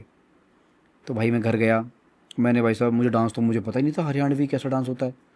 मैंने तो भाई यूट्यूब पे देखा, ठुमके उमके लगा रहे हैं, मैंने देखा बहुत सारी चीज़ सर्च करी, एक लड़की को बुलाया, मैंने कहा यार थोड़ा डांस बता, एक लड़के को बुलाया, ऐसे ऐसे लोगों से मैंने डांस सीखना शुरू किया। फिर मैंने एक ऑडिशन भेजा, प्रोड्यूसर को भेजा मैंने, रविंद्र रावत दादा जो हैं, उनको नहीं लगा अच्छा, उनको शायद उनको लगा कि यार अच्छा नहीं है, यशपाल दादा हाँ नहीं करेंगे, तो उन्होंने मुझे नंबर नहीं दिया। तो फिर मैंने उनको बोला दादा नंबर दे दो। एक्चुअली ये सच्चाई है कि मैं अच्छा नहीं कर रहा था। तो फिर उन्होंने अपनी तरफ से कोशिश की, रवि दादा ने। क्या डांस की वजह से नहीं हो रहा था, क्या क्या रीजन था उसे? डांस अच्छा नहीं कर रहा था मैं, ओके। है ना, जिसने कभी नहीं किया वो एकदम से हरियाणवी डांस कैसे। भाई दादा लक्ष्मी का रोल है, परफेक्शन चाहिए ना। तो जो लोग दादा लक्ष्मी को जानते हैं उनको पता होगा दादा लक्ष्मी क्या थे, बिल्कुल। और नहीं पता तो फिल्म देखो दादा लक्ष्मी, है ना। उसके बाद मैंने फिर, मेरे एक टीचर है रामजी बाली, जिनसे मैंने थिएटर सीखा है और थिएटर किया जिनके साथ, तो वो मिले, मैंने उनको भी बताया कि सर ऐसे ऐसे बात है, यशपाल दादा को मिल के आया था, अभी एक फिल्म बना रहे हैं। अच्छा, उन्होंने फ़ोन मिलाया, अरे यशपाल भाई हितेश मिला था, कैसा लगा आपको? तो बोले हितेश कौन? बोले अरे आपसे मिला था, आपने डांस की वीडियोस मंगाई थी उससे। बोले मेरे को तो कोई वीडियो नहीं आई अभी। तो फिर उन्होंने बोला कि इसको नंबर दे मेरा और वीडियोस भिजवा। मतलब उन्होंने भेजी नहीं थी? हाँ, मतलब वो भाई देखो, वो पैसा लगा रहे हैं, या उनको कॉन्फिडेंस नहीं आया? कॉन्फिडेंस नहीं आया, क्योंकि यशपाल दादा ये ना बोलें कि लड़का इतना बेकार डांस कर रहा है फिर भी तुम चाहते हो इसको। बहुत सारी चीज़ें होती हैं। उन्होंने मेरे लिए बहुत ट्राई किया and he is very good for me. उनकी वजह से ही कहीं ना कहीं मैंने फिल्म की है भाई, मैं तो इस चीज़ को बोलता हूँ। लेकिन जो मैं बात है मैं वो बताना चाह रहा हूँ कि क्या क्या हुआ था। फिर उसके बाद मैंने यशपाल दादा को वीडियोज़ भेजी, तो उन्होंने कोई रिप्लाई नहीं किया मुझे। मैंने कहा इनको पसंद नहीं आई। मैंने फिर अगले दिन एक वीडियो बनाई, मैंने फिर भेजी, फिर उनका अंगूठा आया। मैंने कहा ये तो ना हाँ ना मैंने कुछ तो कहते कि अच्छा है बुरा है भाई। ये बड़ा कंफ्यूजन वाला होता है, नहीं समझ में नहीं आता पॉजिटिव है नेगेटिव। फिर मैंने कहा यार इनको मज़ा नहीं आया। हितेश, फिर मैं शूट कर रहा था एक सीरियल का, मैंने यार वहाँ बढ़िया ड्रेस पहनी हुई थी, कुर्ता उर्ता पहना हुआ था और मेकअप वेकअप करा के मैंने फिर वहाँ डांस की वीडियो बनाई, खूब बढ़िया से कोशिश कर करके प्रैक्टिस करके वो भेजी। वो बोले बेटर, मैसेज आया बेटर। मैंने कहा यार ये तो शायद अब बात बनती नजर आ रही है धीरे धीरे। हाँ। मैंने भगवान जी ये फिल्म मिल जाए तो मैं मेहनत करूँगा, अच्छी फिल्म है। और भाई मैंने बहुत मेहनत करी, 6 महीना डांस की वीडियोस भेजता रहा। अच्छा। लगातार नहीं, मतलब एक हफ्ते बाद, 15 दिन बाद, फिर कभी आ रहा है कि सीरियल की लिंक्स भेज, यशपाल दादा बोल रहे हैं। ऐसे करते करते करते 6 महीने बाद फिर मैं दिल्ली आ रहा था। दिल्ली आया, उनकी कास्टिंग लॉक हो गई थी, मुझे उन्होंने नहीं लिया। ठीक है। द्वारिका में बैठे हुए थे यशपाल दादा, राजू मान सर, रामपाल बुल्हारा सर, उनकी वाइफ है ना। राजू मान सर हमारे राइटर हैं और रामपाल सर जो है हमारी ईपी हैं फिल्म के। तो भाई मैं ऑडिशन देने गया हरियाणवी नहीं आती। अब हरियाणवी प्रैक्टिस करते हुए जा रहा हूँ कि यार मुझे पता था क्योंकि वहाँ हरियाणवी ऑडिशन लेंगे, अपना प्रिपेयर कर रहा हूँ मेट्रो में। मैंने कहा सर मैं आ रहा हूँ, मैं दिल्ली आया हूँ, मैं भूल गया, वो स्किप कर गया। तो मैं दिल्ली आया तो मैंने उनको बोला सर मैं दिल्ली आ गया हूँ, क्या मैं आपसे मिल सकता हूँ? बोले ऑडिशन हो गया बेटा, लॉक हो गया सब कुछ। मैंने कहा सर एक बार देख लो, कोई भी छोटा मोटा होगा तो ठीक है, नहीं तो कोई बात नहीं, आप मेरा ऑडिशन देख लो, नहीं होना तो क्या है, फिर नहीं होगा, आप एटलीस्ट एक बार मेरा ऑडिशन ले लो। भाई उन्होंने कहा चल, फिर उन्होंने डिस्कस किया आपस में, बोले लड़के को बुला लो जब इतना कह रहा है तो। फिर मैं आया, ऑडिशन देने आया। भाई मेरे 3 ऑडिशन लिए और गाना सुनाया, ऐसे सुनाया कि गाना सुन, लंबा गाना, कम 6 मिनट का। तो दादा लक्ष्मी का ही गाना था? दादा लक्ष्मी का 2 गाने सुनाए, बोले सुन लिया, चल डांस करके दिखा। कौन सा गाना था वो? समदर्शी से होए भ्रम ज्ञानी, ऐसे ये था, है ना।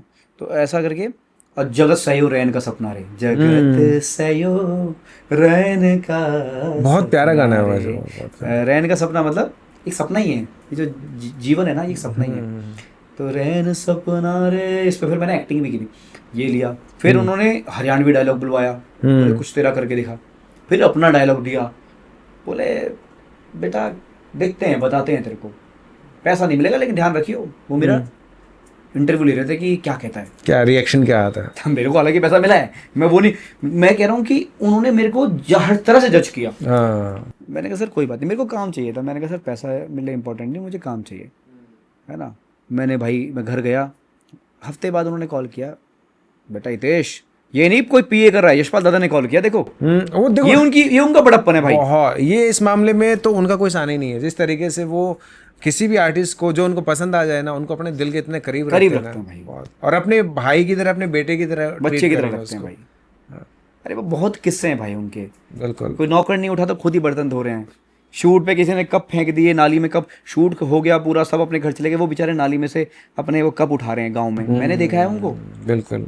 नाली में से कप उठा रहे हैं यशपाल दादा। इतना डाउन टू अर्थ मैंने आज मैंने तक भी किसी देखा। एक्टर को नहीं देखा। और ये नहीं किसी को शो कर रहे हैं, वो हैं ऐसे। बिल्कुल, तो मैं उनसे नेचर है उनका, मैं उनसे बेसिक बहुत कुछ सीखता हूँ। Is my mentor actually, really I love him. तो उसके बाद क्या हुआ, कॉल आया कि बेटा अच्छा नहीं करेगा, पहले दिन शूट से निकाल दूंगा, लाइन में बहुत लोग हैं। मैंने कहा, अब मैं मेरे अंदर घबराहट पैदा हुई। मैंने कहा ये तो, मैं थोड़ा घबराता भी हूँ यशपाल दादा से, क्योंकि प्यार भी है, घबराहट भी है, क्योंकि वो है ना, थोड़ा डायरेक्टर भी है हमारी फिल्म के, तो थोड़ा सा रहता ही है वो। तो शूट करने गए थे, फिर उसका सिलेक्शन तो यही था भाई, तब मेरा सिलेक्शन हुआ था। क्या बात है। और उसके बाद में जब शूट हुआ वो 50 डिग्री टेम्परेचर के आसपास और जल रहा है बुरी तरीके से, मेरे को 1 महीने पहले ना उन्होंने धोती कुर्ता पहनाना शुरू कर दिया था। अच्छा, मेरी जीन्स सब हटवा दी थी। मतलब जो उनका जो लगान वाला एक्सपीरियंस था ना, वो सब उन्होंने यूज किया इसमें। सब यूज किया इसमें। बिल्कुल बिल्कुल, वैसी ही आप देखोगे, वैसी ही फिल्म है। हाँ, वही कलर पहनावा भी वैसा है, भी वैसा ही है, राइट। और ये आपको प्यार हो जाएगा फिल्म से, ऐसी फिल्म है वो। और मुझे 1 महीने 10 दिन पहले शूट पे बुला लिया, बोले सारे बुढ़े बुजुर्गों को तू ऑब्जर्व कर, कौन कैसा बोलता है। हरियाणवी नहीं आती थी, बोले इनकी हरियाणवी सुना कर, ऑब्जर्व कर। तो भाई बड़ी मेहनत करी मैंने, मेहनत में माता रानी भगवान शिव की कृपा से मैंने मेहनत बहुत की यार, सीरियसली। और यशपाल दादा को मैं बोलता हूँ, अगर दादा लक्ष्मी बनाई है ना, यशपाल दादा ने बना दी भाई। मुझे लगता है ऐसी फिल्म अगर कोई और डायरेक्टर बनाता ना, मैं सच बता रहा हूँ ना, मैं वैसी एक्टिंग कर सकता था, क्योंकि मैं मेहनत कर रहा हूँ, लेकिन मुझे कई बार मुझे चीज़ें बताई जाती थी कि इस तरह से मेहनत कर, समझ रहे हो। तो उन्होंने 5 साल दिए इस फिल्म को, ऑब्वियसली इतनी फिल्में छोड़ी, तो यशराज की फिल्में भी छोड़ी हैं। हाँ। तो वो बहुत पागल पैशन था उनके अंदर फिल्म बनाने के लिए, तो वो उन्होंने मेरे अंदर जगाया कि बेटा निकाल दूंगा अगर तूने अच्छा नहीं किया। तो मैं डरता था भाई, नींद नहीं आती थी मुझे रात को, तो ये सब चलता था भाई। तो कभी ऐसा हुआ कि शूट के दौरान कि कोई मतलब कोई टेक अच्छा नहीं हुआ और डांट पड़ी हो? डांट तो उन्होंने ऐसी मारी थी। एक फर्स्ट सीन था मेरा दादा लक्ष्मी का, फांसी का सीन था, तो मैंने किया। घबराहट तो पहले ही पैदा कर दी थी कि निकाल दूंगा अगर अच्छा नहीं करेगा तो मैंने किया, और मैंने जो भी था यूँ करके, और मतलब ऐसे एक्टिंग करके, मतलब यूँ करके फिर खोल दी रस्सी कि नहीं लूँगा फांसी, ऐसा कुछ था। बोले क्या कर रहा है वो एक्टिंग, गलती कर दी, मतलब खूब डांटा मुझे, गलती कर दी तुझे लेके, बहुत डांटा भाई। वो डांट मुझे आज भी याद है, बट वो डांट ने मेरे को ना बदल दिया भाई। मैं बहुत दुखी फील हुआ, मैंने कहा यार मेरी वजह से इनकी फिल्म अच्छी बननी चाहिए, क्योंकि मैं मेन लीड उसमें कर रहा था। मैंने कहा यार इनका भला हो जाए। मेरे को बड़ी चिंता रहती है भाई प्रोड्यूसर की और डायरेक्टर की, क्योंकि बेचारे वो कितना सालों से मेहनत कर रहे हैं। बिल्कुल। और कोई एक्टर मेन होता है, वो आके ख़राब ना करे फिल्म। तो मुझे ना बड़ा कष्ट हुआ। मैंने कहा यार रितेश भाई, फिर कहते ना कि जब इच्छा जगी तो शायद ईश्वर भी मदद करते हैं। फिर यशपाल दादा ने मुझे बहुत सारी चीज़ें बताई, फिर उन्होंने प्यार से भी समझाया बातें, बेटा रितेश ये है वो। फिर मैंने मेहनत की भाई, और उनके अकॉर्डिंगली मैंने ना चीज़ें सोचना शुरू किया। फिर एक सीन आया था, मैंने अगले दिन एक सीन किया था जिसमें मैं ना एक तालाब में कूदता हूँ। हाँ। और मेरे को ना जहर पिला देता है कोई, और मैं तालाब में कूद के ना, तालाब में नहाता हूँ, पूरा गिर जाता हूँ, अंदर कूद जाता हूँ। मुझे गर्मी लग रही होती है, मेरे नसें, कोई ऐसा लगता है जैसे नसें कट रही हैं अंदर से, और भयंकर गर्मी होती है। तो तालाब चाहिए होता है मुझे ठंडक के लिए।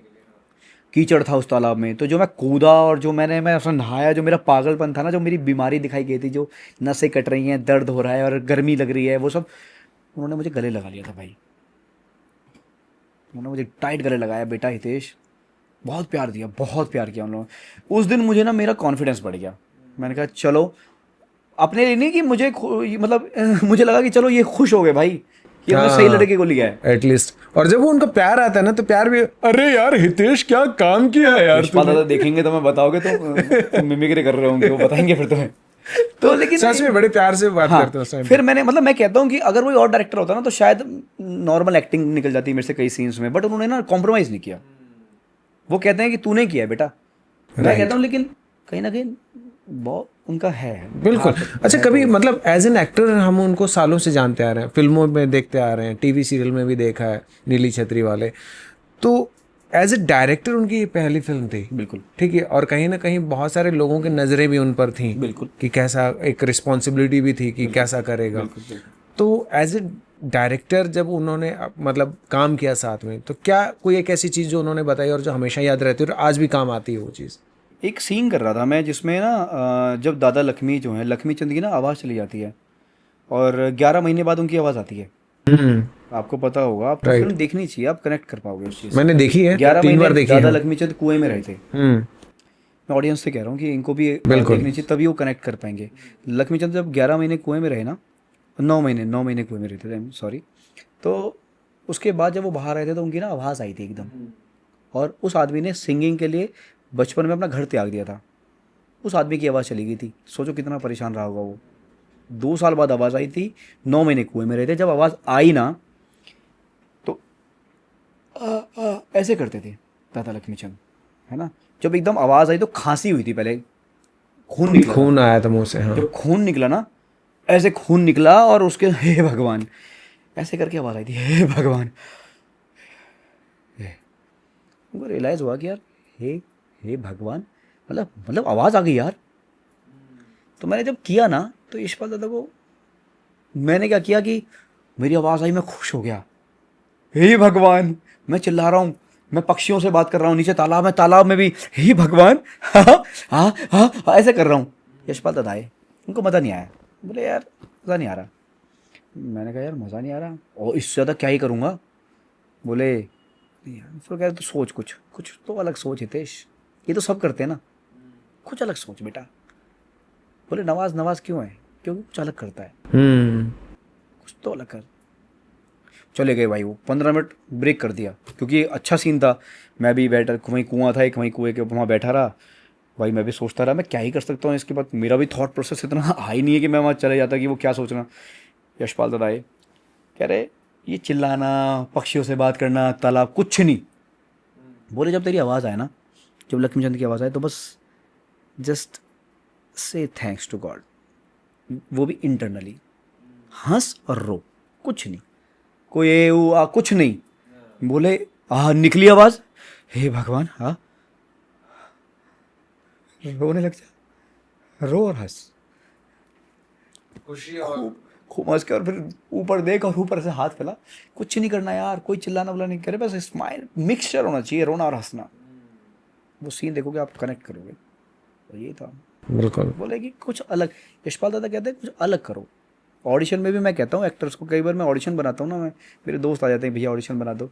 मैं कहता हूँ यार देखो 100 लड़कों को ऑडिशन गया होगा ना, 99% मैं कह रहा हूँ या 100% एक ही जैसा ऑडिशन बनाते हैं सब। हाँ, कुछ अलग नहीं करते। आप कुछ तो अलग कर दो। डायरेक्टर कहे यार 90-99 का ऐसा है, इसने कोई अलग किया है, क्रिएटिव है, इसको बुलाओ। तो ये ट्रिक है अगर आप क्रैक करना चाहते हो ऑडिशन। पंकज त्रिपाठी का फिर से एक किस्सा मुझे याद आ रहा है। उन्होंने बताया, बोला मैं एक ऑडिशन दे रहा था, तो पॉलिटिशियन का कैरेक्टर था, करप्ट पॉलिटिशियन। तो वो कहता है कि मैं आपसे वोट मांगने के लिए आया हूँ। तो और लगभग यही लोग दे रहे थे, मैं आपसे वोट मांगने के लिए आया हूँ, है ना। तो पंकज त्रिपाठी ने कहा यार सब लोग एक जैसा ही कर रहे हैं, मैं कुछ अलग करता हूँ, ठीक है। तो सोच के उन्होंने जब टेक दिया ना ऑडिशन में, तो उन्होंने कहा मैं आपका वोट मांगने आया हूँ। तो जो ऑडिशन ले रहा था बोले ये कौन सा मांगना हुआ, ठीक है। तो बोला, लेकिन उसने आगे जाके दिखाया, वो सेटिस्फाई नहीं था उस चीज़ से। बोला यार मैं ऐसा ही करना चाहता हूँ, ठीक है। क्योंकि करप्ट पॉलिटिशियन है ना, उनको मन में तो चल रहा है कि एक बार तुम दे दो, बाद में मैं देखूंगा तुम लोगों को। बिल्कुल बिल्कुल। तो वो तो छीनना ही चाह रहा है एक तरीके से। तो डायरेक्टर ने देखा ना, उनको वो चीज़ बड़ी पसंद आई। बोला यार ये कुछ अलग है, अलग कर। और आप वो ऐड देखोगे ना तो वही टेक उसमें लगाया, सेम वही अच्छा, आप किया पंकज उन्होंने। त्रिपाठी की पहले का सीरियल देखो, एक सीरियल, और आज की एक्टिंग देखो, ये अंतर है। बहुत अंतर, ठीक बात है। मेरे साथ एक किस्सा हुआ था दादा लक्ष्मी में, मुझे लगा यार अच्छा नहीं गया। मतलब एक मेरा दोस्त है, एक रोहित बच्ची, और एक लड़का और है डांसर, मैं नाम बोल रहा हूँ उसका। तो हरियाणा का बहुत अच्छा डांसर है वो, नाम है उसका बहुत, अखिल नाम है ऐसा कुछ नाम है। उन लोगों ने बड़ा मुझे मेहनत किया डांस सिखाने में, डांस सिखाने बहुत में सिखाया भाई। एक जगह तो पैर के सीन भी उसी के लिए गए हैं। मैं तो खुल के बोलता हूँ भाई, जो है उसको बेचारे को हेल्प मिले डांस में, रोहित बच्ची को, है ना। और मेरे ना मतलब दर्द था पूरा पैर, मेरे से ना डांस करवाया था पूरे दिन, डांस के सीन चल रहे थे, और शाम को भी एक डांस का ही सीन रख दिया, और वो था बहुत खतरनाक वाला डांस जिसमें बहुत कूदना था। तो मेरे दर्द चलने में भी मुझे दर्द हो रहा था। तो यशपाल दादा ने कहा हितेश कर लेगा, मैं दादा ट्राई करते हैं, कर लेंगे, है ना, करते हैं। बोले नहीं तो कल करेंगे, मैंने नहीं करते हैं भाई। मैंने कैसे कैसे शूट किया, फिर ना यशपाल सबको ठीक लगा, बोले अच्छा है, लेकिन मुझे सेटिस्फेक्शन नहीं हुई। एक्टर को हमेशा पता होता है उसने अच्छा किया है, अच्छा और दे सकता हूँ है क्या? ना। हाँ तो फिर मैंने पूछा यशपाल दादा से, दादा कैसा किया? बोले अच्छा है हितेश, ठीक है, निकल जाएगा जो मुझे चाहिए था। हाँ वो छोड़ते नहीं है जब तक, लेकिन उनको समझ में आ गया था मैं निकाल लूँगा। लेकिन भाई मुझे रात में नींद नहीं आई। मैं अगले दिन आया, मैंने कहा दादा मेरे को ना सपने आए कि अजीब अजीब से सपने आ रहे हैं, नींद नहीं आ रही है। मैंने कहा, फिर मैंने कहा उनसे, बोले सही है हितेश। ऐसे कई बार हुआ, एक सीन पूरा सीन शूट कर दिया, लाइटिंग वाइटिंग बदल गई, कैमरा वैमरा सब वहाँ से चले गए। फिर मैंने यशपाल दादा को, दादा मैं वो शॉट दोबारा करना चाहता हूँ। एक गुस्से वाला सीन है, वो गुरु के खिलाफ कोई बोल जाता है तो वो गुस्सा करता है। फिर गला भाई पकड़ लेता कैमरे है। लगे, फिर लाइट लगी, फिर मैंने वो सीन किया, फिर भी मुझे सेटिस्फेक्शन नहीं हुई। मैं एक बात बता सकता हूँ, लेकिन कुछ पॉडकास्ट की कुछ सीमित कुछ चीज़ें होती हैं, नहीं लिमिटेशन। नहीं, खुल के बताओ, ऐसा कुछ नहीं है। यार मैं एक चीज़ बोलता हूँ कि अगर आपके सामने मेरे ना दादा लक्ष्मी में को एक्टर्स बहुत अच्छे रहे हैं, सबने बहुत अच्छा काम किया, लेकिन समटाइम्स को एक्टर्स कॉमेडी भी कर देते हैं। और अगर हमारा एंगर वाला सीन है, गुस्से वाला सीन है या सैड वाला सीन है ना, तो सामने अगर कॉमेडी हो रही है ना, बड़ा मुश्किल हो जाता है। बस इतना ही बोलूंगा यार। कौन किसने किया था? नहीं नहीं, देखो अब नहीं ओपन वो मतलब नहीं, दिल खोल के बात है। वो नहीं वो नहीं, थोड़ा सा बता दो यार प्लीज। नहीं यार, वो बहुत वो एक मुद्दा बन सकता है ना, इसलिए मैं कह रहा हूँ। कुछ नहीं है, देखो अब वो जो बात छिड़ी है तो दिल चलो खोल के कभी बताओ। नेक्स्ट पॉडकास्ट करेंगे ना, तो इस टॉपिक पे जरूर नहीं बात अब करेंगे। तो अभी बताना पड़ेगा। मैं बिल्कुल नहीं बता, आई एम सॉरी, मैं वो चीज़ नहीं बताऊँ। आप पूरी फिल्म देखो, जज कर लो क्या। देखो मैंने जैसे फिल्म देखी थी ना, फिल्म देखते ही मैंने डॉक्टर सतीश जी को मैंने कॉल किया था। मैंने कहा कि सोहनलाल का एक जो काइयापन है ना, जितने शिद्दत से आपने डिलीवर किया है ना, मैं कहा आपके अलावा शायद कोई और नहीं कर पाता। दो ही एक्टर मुझे नजर आए, एक तो सदाशिव अमरापुरकर जो थे, मुझे वो कनेक्ट किया कि हाँ वो कर सकते थे, या फिर जो है आपका दादा लक्ष्मी के लिए चुना गया यार। हाँ। मुझे लगता है ये कहीं दादा लक्ष्मी जो है ना, वो ऊपर कुछ उनका कनेक्शन है, वो उनको देवतुल्य मानते भी हैं लोग, तो मुझे लगता है कहीं ना कहीं वो चुना गया। आशीर्वाद रहा है वैसे उनका वैसे कहीं ना लोगों कहीं। को ना चुना गया। परफेक्ट का और एक चीज casting देखिए, perfect हाँ कोई एक कैरेक्टर को देख के ऐसा नहीं लगा कि यार इसको क्यों ले लिया। पूरे चाहे छोटे से छोटा कैरेक्टर हो, बड़े से बड़ा राजा कैरेक्टर राम हो। को देखो कितना खतरनाक किया है। कमाल। और सतीश सर के लिए मतलब वो मतलब उन्होंने जो काम किया है भाई, उनका जो एक्सप्रेशन है लिटरली, मतलब मैं बोलता हूँ आई लव हिम। राजा राम ने जो किया, आई लव हिम। एक एक बंदा, मुकेश मुसाफिर, मेघना मलिक ने क्या रोल किया है यार, अब मैं उन्हीं पे ही आने वाला था। फाड़ दिया उन्होंने लिटरली शी इज भाई। One of my favourite actress. और खतरनाक। तो मतलब जब उनकी बेटी का कैरेक्टर करने का मौका मिला, मैं उनका फैन हूँ जब से उनका अम्मा जी सीरियल आता था। नाना इस देश लाडो। नाना इस देश लाडो, अम्मा जी का जो कैरेक्टर था, मैं तब से मेरी मदर भी उनकी फैन रही हैं। मैंने उनका इंटरव्यू किया था, तब मैंने उनको बताया भी था। तो मतलब एनएसडी से पास आउट हैं, और जिस तरीके से वो अपना कैरेक्टर में घुसती हैं, और जो मतलब बिल्कुल एफर्टलेस एक्टिंग जो करती हैं, तो उनके साथ कोई ऐसा मतलब किस्सा हुआ या उन्होंने कभी कुछ बताया हो एक्टिंग को लेके या कुछ? नहीं वैसे कोई टिप्स तो नहीं मतलब मिला, बट ये है कि बहुत ज़्यादा तो शूट नहीं हुआ था मेरा उनके साथ, मेरे कुछ ही सीन थे, बट इंजॉय करता था मैं उनके साथ यार जब वो करती थी, क्योंकि को एक्टर अगर अच्छा हो ना, तो आप भी कहीं ना कहीं अच्छा करने लग जाते हो। अगर आप अच्छे एक्टर नहीं हो ना, आपके सामने मैं बैठा हूँ, मैं भी अच्छी एक्टिंग नहीं करूँगा। Right. She is a great actor यार। जब मुझसे मिलता था ना, तो एनर्जी मिलती थी। मैं अगर तुम्हें कहूँ ना, ए समीर समीर, तुम डर जाओगे, कहीं ना कहीं तुम्हें लगेगा कि मतलब क्या बोल रहा है यार, क्यों बोल रहा है साहब। एनर्जी क्रिएट होती है ना, ऑब्वियसली। हाय समीर। अच्छा समीर, मैं ना ये कह रहा था यार, हम ना, हाँ चल, तो आप प्यार से सुनोगे उस चीज़ को, feeling give and take. Right. मैंने वो एंजॉय किया, बाकी मुझे ऐसा कुछ तो याद नहीं है कि उन्होंने कुछ सिखाया था या कुछ। अभी जैसे 1 करोड़ रुपए सब्सिडी मिली है, राइट, दादा लक्ष्मी को। सबसे पहले तो पूरी टीम को, यशपाल सर को बहुत बहुत बधाई, आपको भी बहुत बहुत बधाई। तो अभी क्या लग रहा है कि मतलब जो पॉलिसी मिली है, क्या हरियाणा सरकार अभी हरियाणवी सिनेमा को बढ़ावा दे रही है, या क्या कहना चाहोगे इस बारे में? भाई बिल्कुल बढ़ावा मिल रहा है, और मैं तो थैंक यू कहूँगा गवर्नमेंट से कि उन्होंने ये किया। हर जगह मिल रही थी, यूपी में भी मिल रही थी, अब हरियाणा को शुरू करना ही चाहिए था, बिहार में भी शुरू हो गई। तो ये तो यार, क्योंकि समाज का हिस्सा है ना फिल्म्स, राइट। फिल्मों से तो समाज बनता है, मुझे लगता है बहुत मैटर करती हैं फिल्म्स। तो अगर अच्छी फिल्में बनेंगी, सरकार उन्हीं को सब्सिडी देगी जो अच्छी फिल्म्स होंगी, इसके कारण लोग अच्छी फिल्में भी बनाएंगे।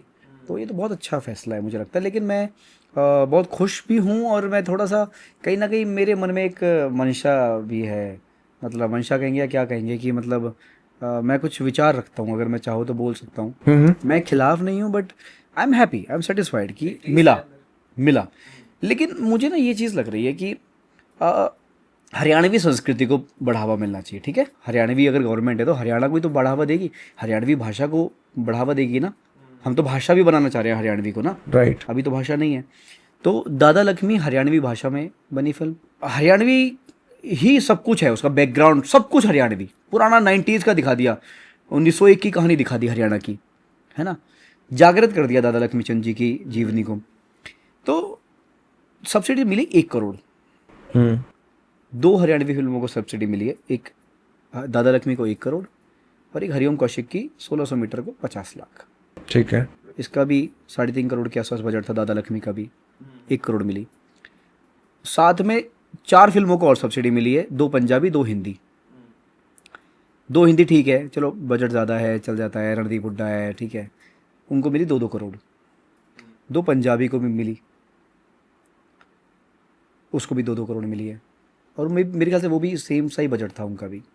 तो इतना डिफरेंस क्यों? मैं ये कहना चाहता हूँ कि यार अब बराबर तो दो।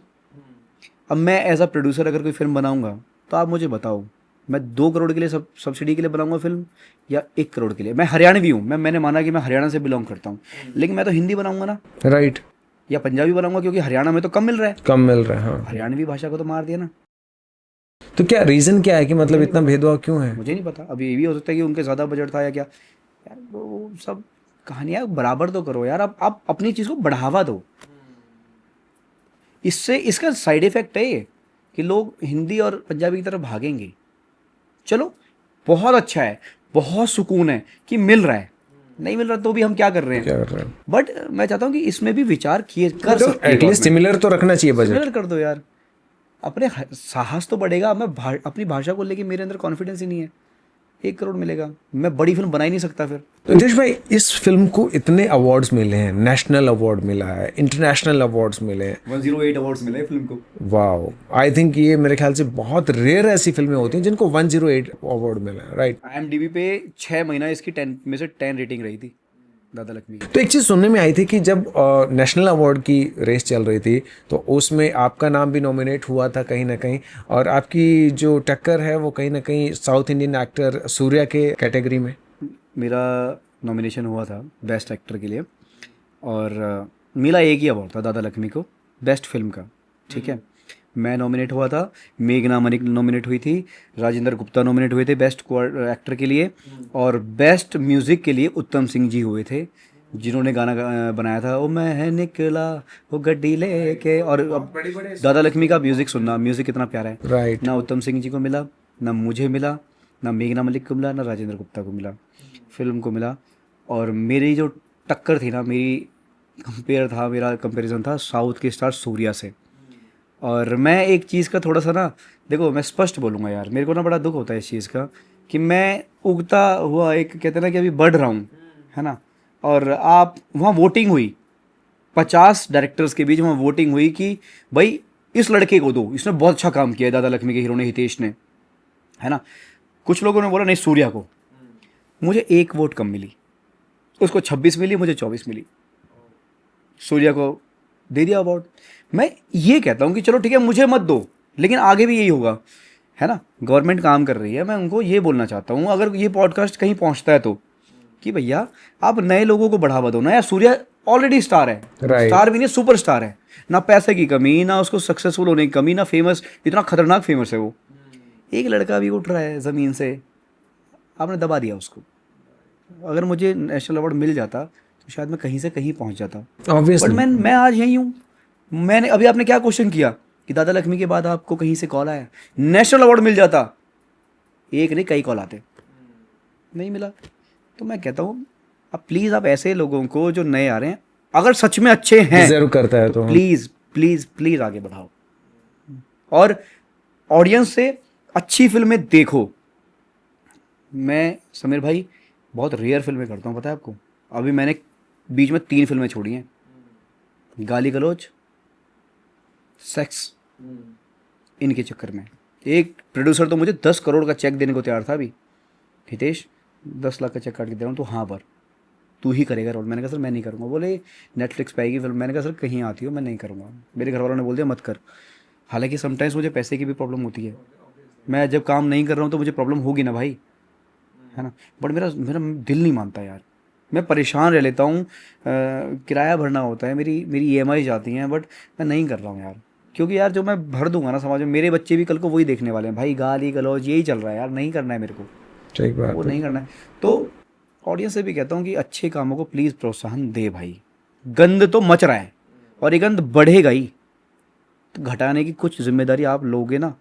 अब हमने अच्छी फिल्म बना दी, वो सुपर डुपर हिट होती नहीं भाई, सुपर डुपर हिट होती है जिसमें गालियाँ हैं, रोमांस है, वो हिट होती हैं।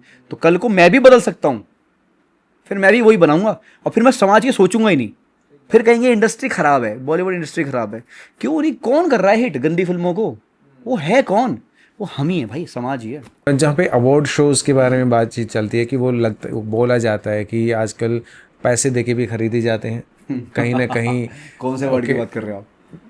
जो भी जितने भी बड़े बड़े अवार्ड्स होते हैं, इवन कभी पार्शलिटी की बात की जाती है कि कई बार ये सुनने में आता है, जैसे आपके साथ भी हुआ या बहुत सारे और भी एक्टर्स ने बोला कि जैसे आमिर खान अवार्ड लेने ही नहीं जाते, राइट। तो क्या नेशनल अवार्ड भी कहीं ना कहीं लगता है कि उसमें भी कहीं ना कहीं पार्शलिटी होती है? May be, I am not sure. मैं मतलब ऐसा कुछ कहना नहीं चाहूँगा, नहीं तो पता चला। लेकिन हाँ, वैसे तो पता है उनमें तो होता है, बॉम्बे की कुछ फेस्टिवल्स में तो जैसे छोड़ो यार ये टॉपिक, बट होती हैं चीज़ें। क्योंकि अक्षय कुमार कई बार कह चुके हैं कि अक्सर मुझे ये बोला दिखते हैं जाता है भाई। कि हाँ। यार आप एक बात बताओ, आप उठा के देखो ना, बॉलीवुड में जो आईफा है ना, आपका फिल्म फेयर है, किसको बेस्ट एक्टर का अवार्ड मिल रहा है? उठा के देखो किसको मिल रहा है, अभी किसको मिला है? देखो, क्या वो खतरनाक एक्टर है? क्या वो बेस्ट एक्टर है? आप कहोगे यार ये किसको मिला है क्या? मैं नाम नहीं ले रहा, ठीक है, चकी पांडे की लड़की को मिला है अभी। अनन्या पांडे को। She is a great actor, she a great actor, audience बताया मुझे, बेस्ट एक्टर का अवार्ड मिला है भाई। अच्छा हितेश भाई, एक चीज़ बताओ कि जब हम कोई फिल्म करते हैं तो हमें फिल्म से बड़ी उम्मीदें होती हैं और हमें ये भी होता है कि यहाँ से जब मेरा काम देखा जाएगा तो मुझे कहीं ना कहीं आगे भी ऑफर मिलेंगे। तो क्या लगता है कि जो दादा लक्ष्मी करने के बाद आपको उतना बेनिफिट मिला जितना आप चाह रहे थे? यार देखो, वैसे तो अब एज अ मतलब बोलूँ एज एन एक्टर, तो मुझे उतना तो बेनिफिट नहीं मिला कि मैं कहूँ कि मैं now I am a star या ऐसा कुछ, या मेरे पास पैसों की लाइन लग गई, वैसा तो कुछ हुआ नहीं है भाई। लेकिन ये है कि लोग जानने लगे हैं। हरियाणा में तो मुझे लगता है कि मैक्सिमम लोग जानने लगे हैं, चाहे वो आम आदमी हो, चाहे वो कोई हो, पॉलिटिशियंस हो, आर्टिस्ट हो, सब जानने लगे हैं और आज प्यार करते हैं। मतलब पहले मुझे इस साइड आता था ना, सोनीपत पानीपत साइड, तो कोई नहीं जानता था। अब मुझे घर लगता है मेरा इधर, जिस गांव में जाऊंगा वहाँ मुझे लोग प्यार करने वाले लोग हैं। तो ये काम में हेल्प बहुत ज़्यादा नहीं मिली यार। कहीं ना कहीं एक एक्टर को ये उम्मीद होती है कि मैं अगर ये करूँ तो मेरे पास और ऑफर आए। तो क्या कभी ऐसा हुआ कि दादा किसी ने ये कहा कि मैंने आपकी दादा लक्ष्मी देखी और मैं आपको फिल्म में लेना चाहता हूँ? नहीं, अभी तक नहीं। ओके। तो अभी अगर देखा जाए, मतलब लिया नहीं है, एक ने बोला था। ओके। हाँ, उन्होंने दादा लक्ष्मी देखी थी, वो विश्वजीत बोरा एक डायरेक्टर हैं, तो वही आसाम की एक फिल्म बना रहे थे बहुत बड़े लेवल की, 10 से 15 करोड़। तो उन्होंने यशपाल दादा को फ़ोन किया था, तो वो मेन लीड के लिए उन्होंने मुझे बोला कि तुम्हारी दादा लक्ष्मी देखी थी and I love your acting Hitesh, I am your fan, मैं तुम्हें लेना चाहता हूँ। और 15-20 करोड़ की फिल्म थी। यशपाल दादा ने फिर बोला अच्छा लड़का है, यशपाल दादा से उन्होंने पूछा था कि, तो यशपाल दादा ने कहा इसको लो, रिकमेंड किया मुझे कि लो। बट फिर वो फेस का कुछ इशू हो गया था वहाँ के, फिर आसाम के लोग चाहिए थे, कुछ ऐसा इशू आ गया था। वो उन्होंने फिर भी मुझे बाद में बोला यार हितेश मुझे तुम्हारी एक्टिंग बहुत पसंद है, मैं तुम्हें जल्दी ही किसी हिंदी फिल्म में लूँगा। वो एक इंसान है, बट मुझे काम मिला नहीं है अभी तक। ओके। आई एम ट्राइंग, मैं बताता हूँ ना, बताता हूँ तो लोग अब इज्जत करते हैं, इज्जत करते हैं, राइट। हाँ, लेकिन खुद से नहीं आया, क्योंकि अभी हरियाणा में तो है, स्टेज से मिल रहा है। स्टेज से मुझे एक बार अग्निवीर का ऑफर आया था दादा लक्ष्मी देख के। लेकिन जैसे बॉम्बे हिंदी की अगर मैं बात करता हूँ, हिंदी में अभी हरियाणा में ही घूम रही है फिल्म, अभी बाहर निकली नहीं एक चीज़ मैं ये जानना चाह रहा हूँ कि जैसे दादा लक्ष्मी फिल्म बनी जिसमें 4-5 साल की मेहनत भी लगी, 5 साल। राइट। हाँ, एक तरीके से यशपाल सर ने दादा लक्ष्मी को जिया है, बिल्कुल राइट। तो दूसरी तरफ वहाँ पे इतना मेहनत करने के बाद, इतनी शिद्दत से काम करने के बाद, उस इतने सारे अवार्ड्स मिलने के बाद, नेशनल इंटरनेशनल, क्या ऐसा नहीं लगता था कि वो फिल्म किसी बड़े OTT को जानी चाहिए थी बजाय स्टेज पे देने के? भाई देखो, ये सब्सिडी वाली बात मेरे पीछे बैठ के लोग बोल रहे थे कि कि यार दादा लक्ष्मी को 1 करोड़ मिली, 2 करोड़ मिलनी चाहिए थी। दूसरे लोग बात कर रहे हैं ऐसी OTT के लिए, मैं नहीं बोलता, दूसरे लोग बोलते हैं। राइट, बॉम्बे में बैठे हुए लोग बोलते हैं। हाँ। मैंने कहा भाई फिल्म देख लो यार, हिंदी में आएगी जब देखेंगे। मैंने कहा भाई हिंदी ही है कि नहीं यार, पूरी हिंदी में आएगी जब देखेंगे। तो अभी हम लोगों ने हिंदी इसका डब कर लिया है 90%। तो अच्छा। God grace. तो मतलब अब दादा हाँ, लक्ष्मी ऐसा हिंदी में भी देखने को मिलने हाँ, वाली हिंदी और हो सकता है तमिल और तेलुगु में भी। ये ब्रेकिंग न्यूज़ है दोस्तों। हाँ, और बस मैं इतना मतलब चाहता हूँ कि सब लोग देखें, मतलब जब भी हम लोग कुछ अच्छा कर पाएंगे आगे, क्योंकि बहुत मेहनत लगती है किसी फिल्म को बनाने में, और वो अच्छी फिल्म को अगर सपोर्ट नहीं करोगे तो फिर नहीं होंगी, अच्छी फिल्म नहीं बनेगी भाई। बहुत मेहनत की हमने, तो मेरी ये प्लीज़ आपसे रिक्वेस्ट है कि फिल्म को देखना ज़रूर अगर OTT पे आती है तो। अभी डिसाइड है कि किस OTT पे आ रही है, कुछ ऐसा? दिखते अमेजोन या नेटफ्लिक्स के लिए ट्राई करेंगे, बाकी तो गॉड नोज ओके ट्राई करेंगे। बड़े तो यशपाल सर से इस बारे में बात हुई है? वो एग्रीड है और वो बहुत एक्साइटेड भी है, तो लेट्स सी क्या हो। चले, वी आर ऑल्सो एक्साइटेड कि हरियाणवी में तो हम देख ही चुके हैं दादा लक्ष्मी को, और जब हिंदी में आएगी तो उसका कैसा? इसके गाने भी हिंदी हो गए, अच्छा, डायलॉग सारे हिंदी, मजा आ जाएगा आपको देखने में। आप सब समझ पाएंगे, कोई भी समझ पाएगा उस फिल्म को। ओके, ये अच्छी बात है कि ज़्यादा मास ऑडियंस Reach हो तक जाएगी, पहुंचने का हाँ, मौका मिलेगा। reach हो राइट। जाएगी, हाँ। तो चलो हितेश भाई, बहुत मज़ा आया यार आपके साथ बात करके। It was such A lovely podcast I think. ठीक है, आई होप कि आपको भी मज़ा आया होगा, एंजॉय किया होगा। भाई मैंने पूरा एंजॉय किया, मेरा तो पहला ही पॉडकास्ट था। ओके। तो मुझे तो स्टार्टिंग में तो लग रहा था कि मैं पता नहीं सही से बात कर पाऊंगा नहीं कर पाऊंगा, बट तुम्हारी एनर्जी इतनी अच्छी है समीर, थैंक यू है ना, कि मैं सच में कंफर्टेबल फील कर पा रहा हूँ यहाँ बैठ के। I am too much happy. Okay, तो फिलहाल जो हमारे दर्शक हैं तो उनको क्या मैसेज देना चाहोगे?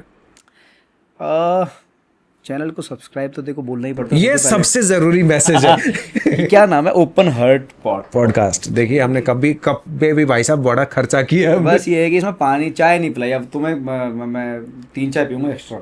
चलो पक्का डन। बाकी थैंक यू एवरीवन हमें सुनने के लिए, बहुत अच्छा लगा, क्योंकि जब दर्शक अच्छे होते हैं ना तो ही हम बोल पाते हैं। राइट, है ना। तो आई होप आप लोगों ने एंजॉय किया होगा। अपने घर में आनंद से रहिए, मस्त रहिए, अपने माता पिता की इज्जत कीजिए, खुश रहिए, संतुष्ट रहिए, शांत रहिए, गंदे काम छोड़ दीजिए और अपने करियर के पीछे भागिए, पागल हो जाइए और अपने माता पिता का नाम रोशन करो। बस इतना ही मैं कहना चाहूँगा यार। Thank you so much Hitesh भाई, थैंक यू, बहुत मज़ा आया। Thank you. Sorry, thank you so much. तो दोस्तों, ये थे हमारे साथ बहुत ही अच्छा एक्टर हमारे भाई हितेश शर्मा। आपको ये पॉडकास्ट कैसा लगा कमेंट करके ज़रूर बताइएगा, और अगले पॉडकास्ट में आप किसे देखना चाहते हैं उनका नाम भी आप कमेंट कर सकते हैं। फिलहाल देखते रहिए open heart podcast. Thank you.